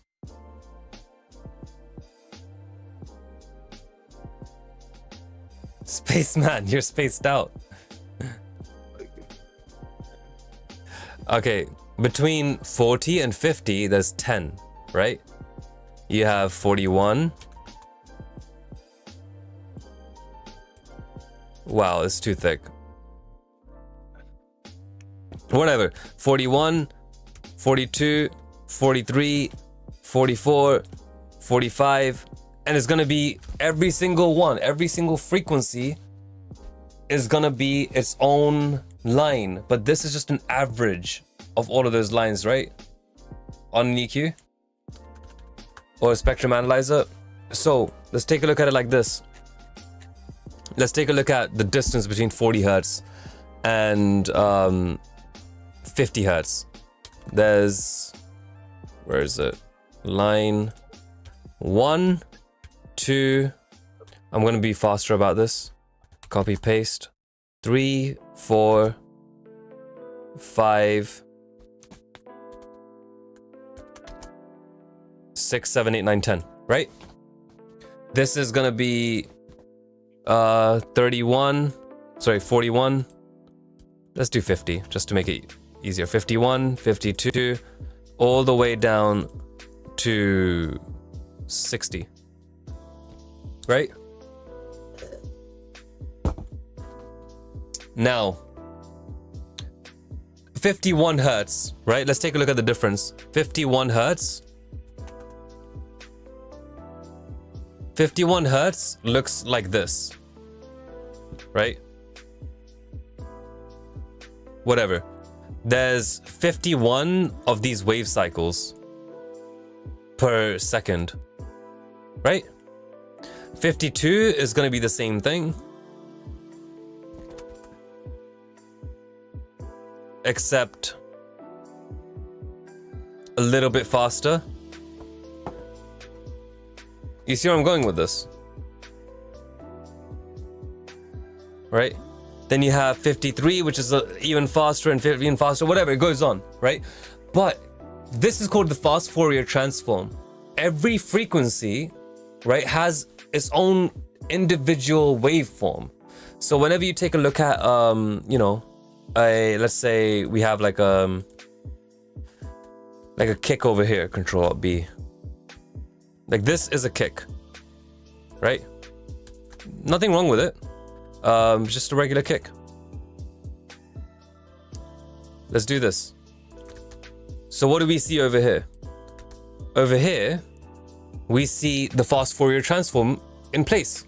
We have, you know, our, what was it, like 50 hertz, which is a wave cycle like this. This is our 50 hertz wave cycle, right? Really loud. But then on top of that, we also have other wave cycles on top of it. We have is the separation of the waveforms. So we have ticka ticka ticka ticka. So on top of this, we have another waveform which is like this. This. Little squiggles over here, and the squiggles get a little bit wider, you know, and then they stop being wider. And on top of that, we have another one which is even thinner because it's like super high frequencies. But you see what I'm talking about? Add these to this red one. Guess what you get? You get this. You see what I'm saying? With that being said, time for the mind-blowing thing, right? You ready for this? That's a lot of information. What do MP3 files do? You have an MP3 file, not MP3, but like a compression, right? You have your waveform doing everything that it does, but in order to compress, it will cut things up. I was literally just reading about this morning. Yeah. Literally this exact thing I was reading about like this morning, this afternoon. Go ahead, I'm sorry. So over here, guess what we have? And over here, guess what we have? How many frequencies do we have? How many cycles do we have? Between 0, let's say, to 10 kilohertz, we have 10,000, right? All of this is 10,000 different waveforms. Like not waveforms, but wave cycles, like of different variants, of different frequencies. 10,000 different frequencies going up and down, right? And there's information about every single one of them. And between here to here, the air region, there's also another 10,000. So how many of these can AI really keep track of on an individual thinking basis? I have a feeling that AI is actually looking at the entire thing. If it's not looking at the individual freaking FFTs, the the wave cycles of different frequencies, if it's not doing that individually, it's trying to do a basic canvas painting of a track. But if it is doing it, it's gonna struggle after 100 different wave cycles, because there's too much information for intelligence to handle. It's enough information for hardware to handle. It's enough information for digital to handle. Not enough. It's too much for intelligence, whether it's artificial or not, to handle.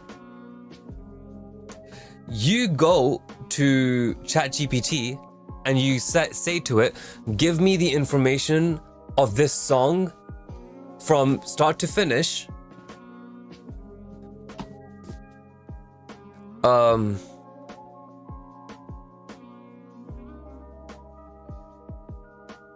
Start to finish from the fucking thing, I guess. Like, you know, for us 51 hertz, and ask it to do it again for 52 hertz, and ask it to. It just doesn't make sense, and that's why we get muddiness. All right, let's just get this over with. I know you're really not feeling it right now, so whatever, man. Let's get done. We'll listen to a couple of these tracks as fast as possible. If you want, you can leave, bro. Do you just want to leave? It's up to you. I mean, if you want to sit around, by all means, yeah, I'll just set off and you can just hang around for a bit. Yeah, I mean, I thought I was sharing something interesting, but it's, you know, it seems that it might not be so compelling, you know. So I might just I'm just fucking fucked right now. I'm not gonna lie. Yeah, go to bed, bad, dude. man. My bad to you, my bad to everybody. I've been kind of dead tonight, but that's because I've been awake for like fucking 24 hours, so I'm sorry.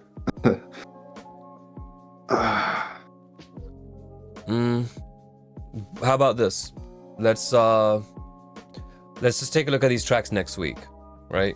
We can cut it a little early tonight. Yeah, we can take a look at these next week. And you know, otherwise it's been a huge freaking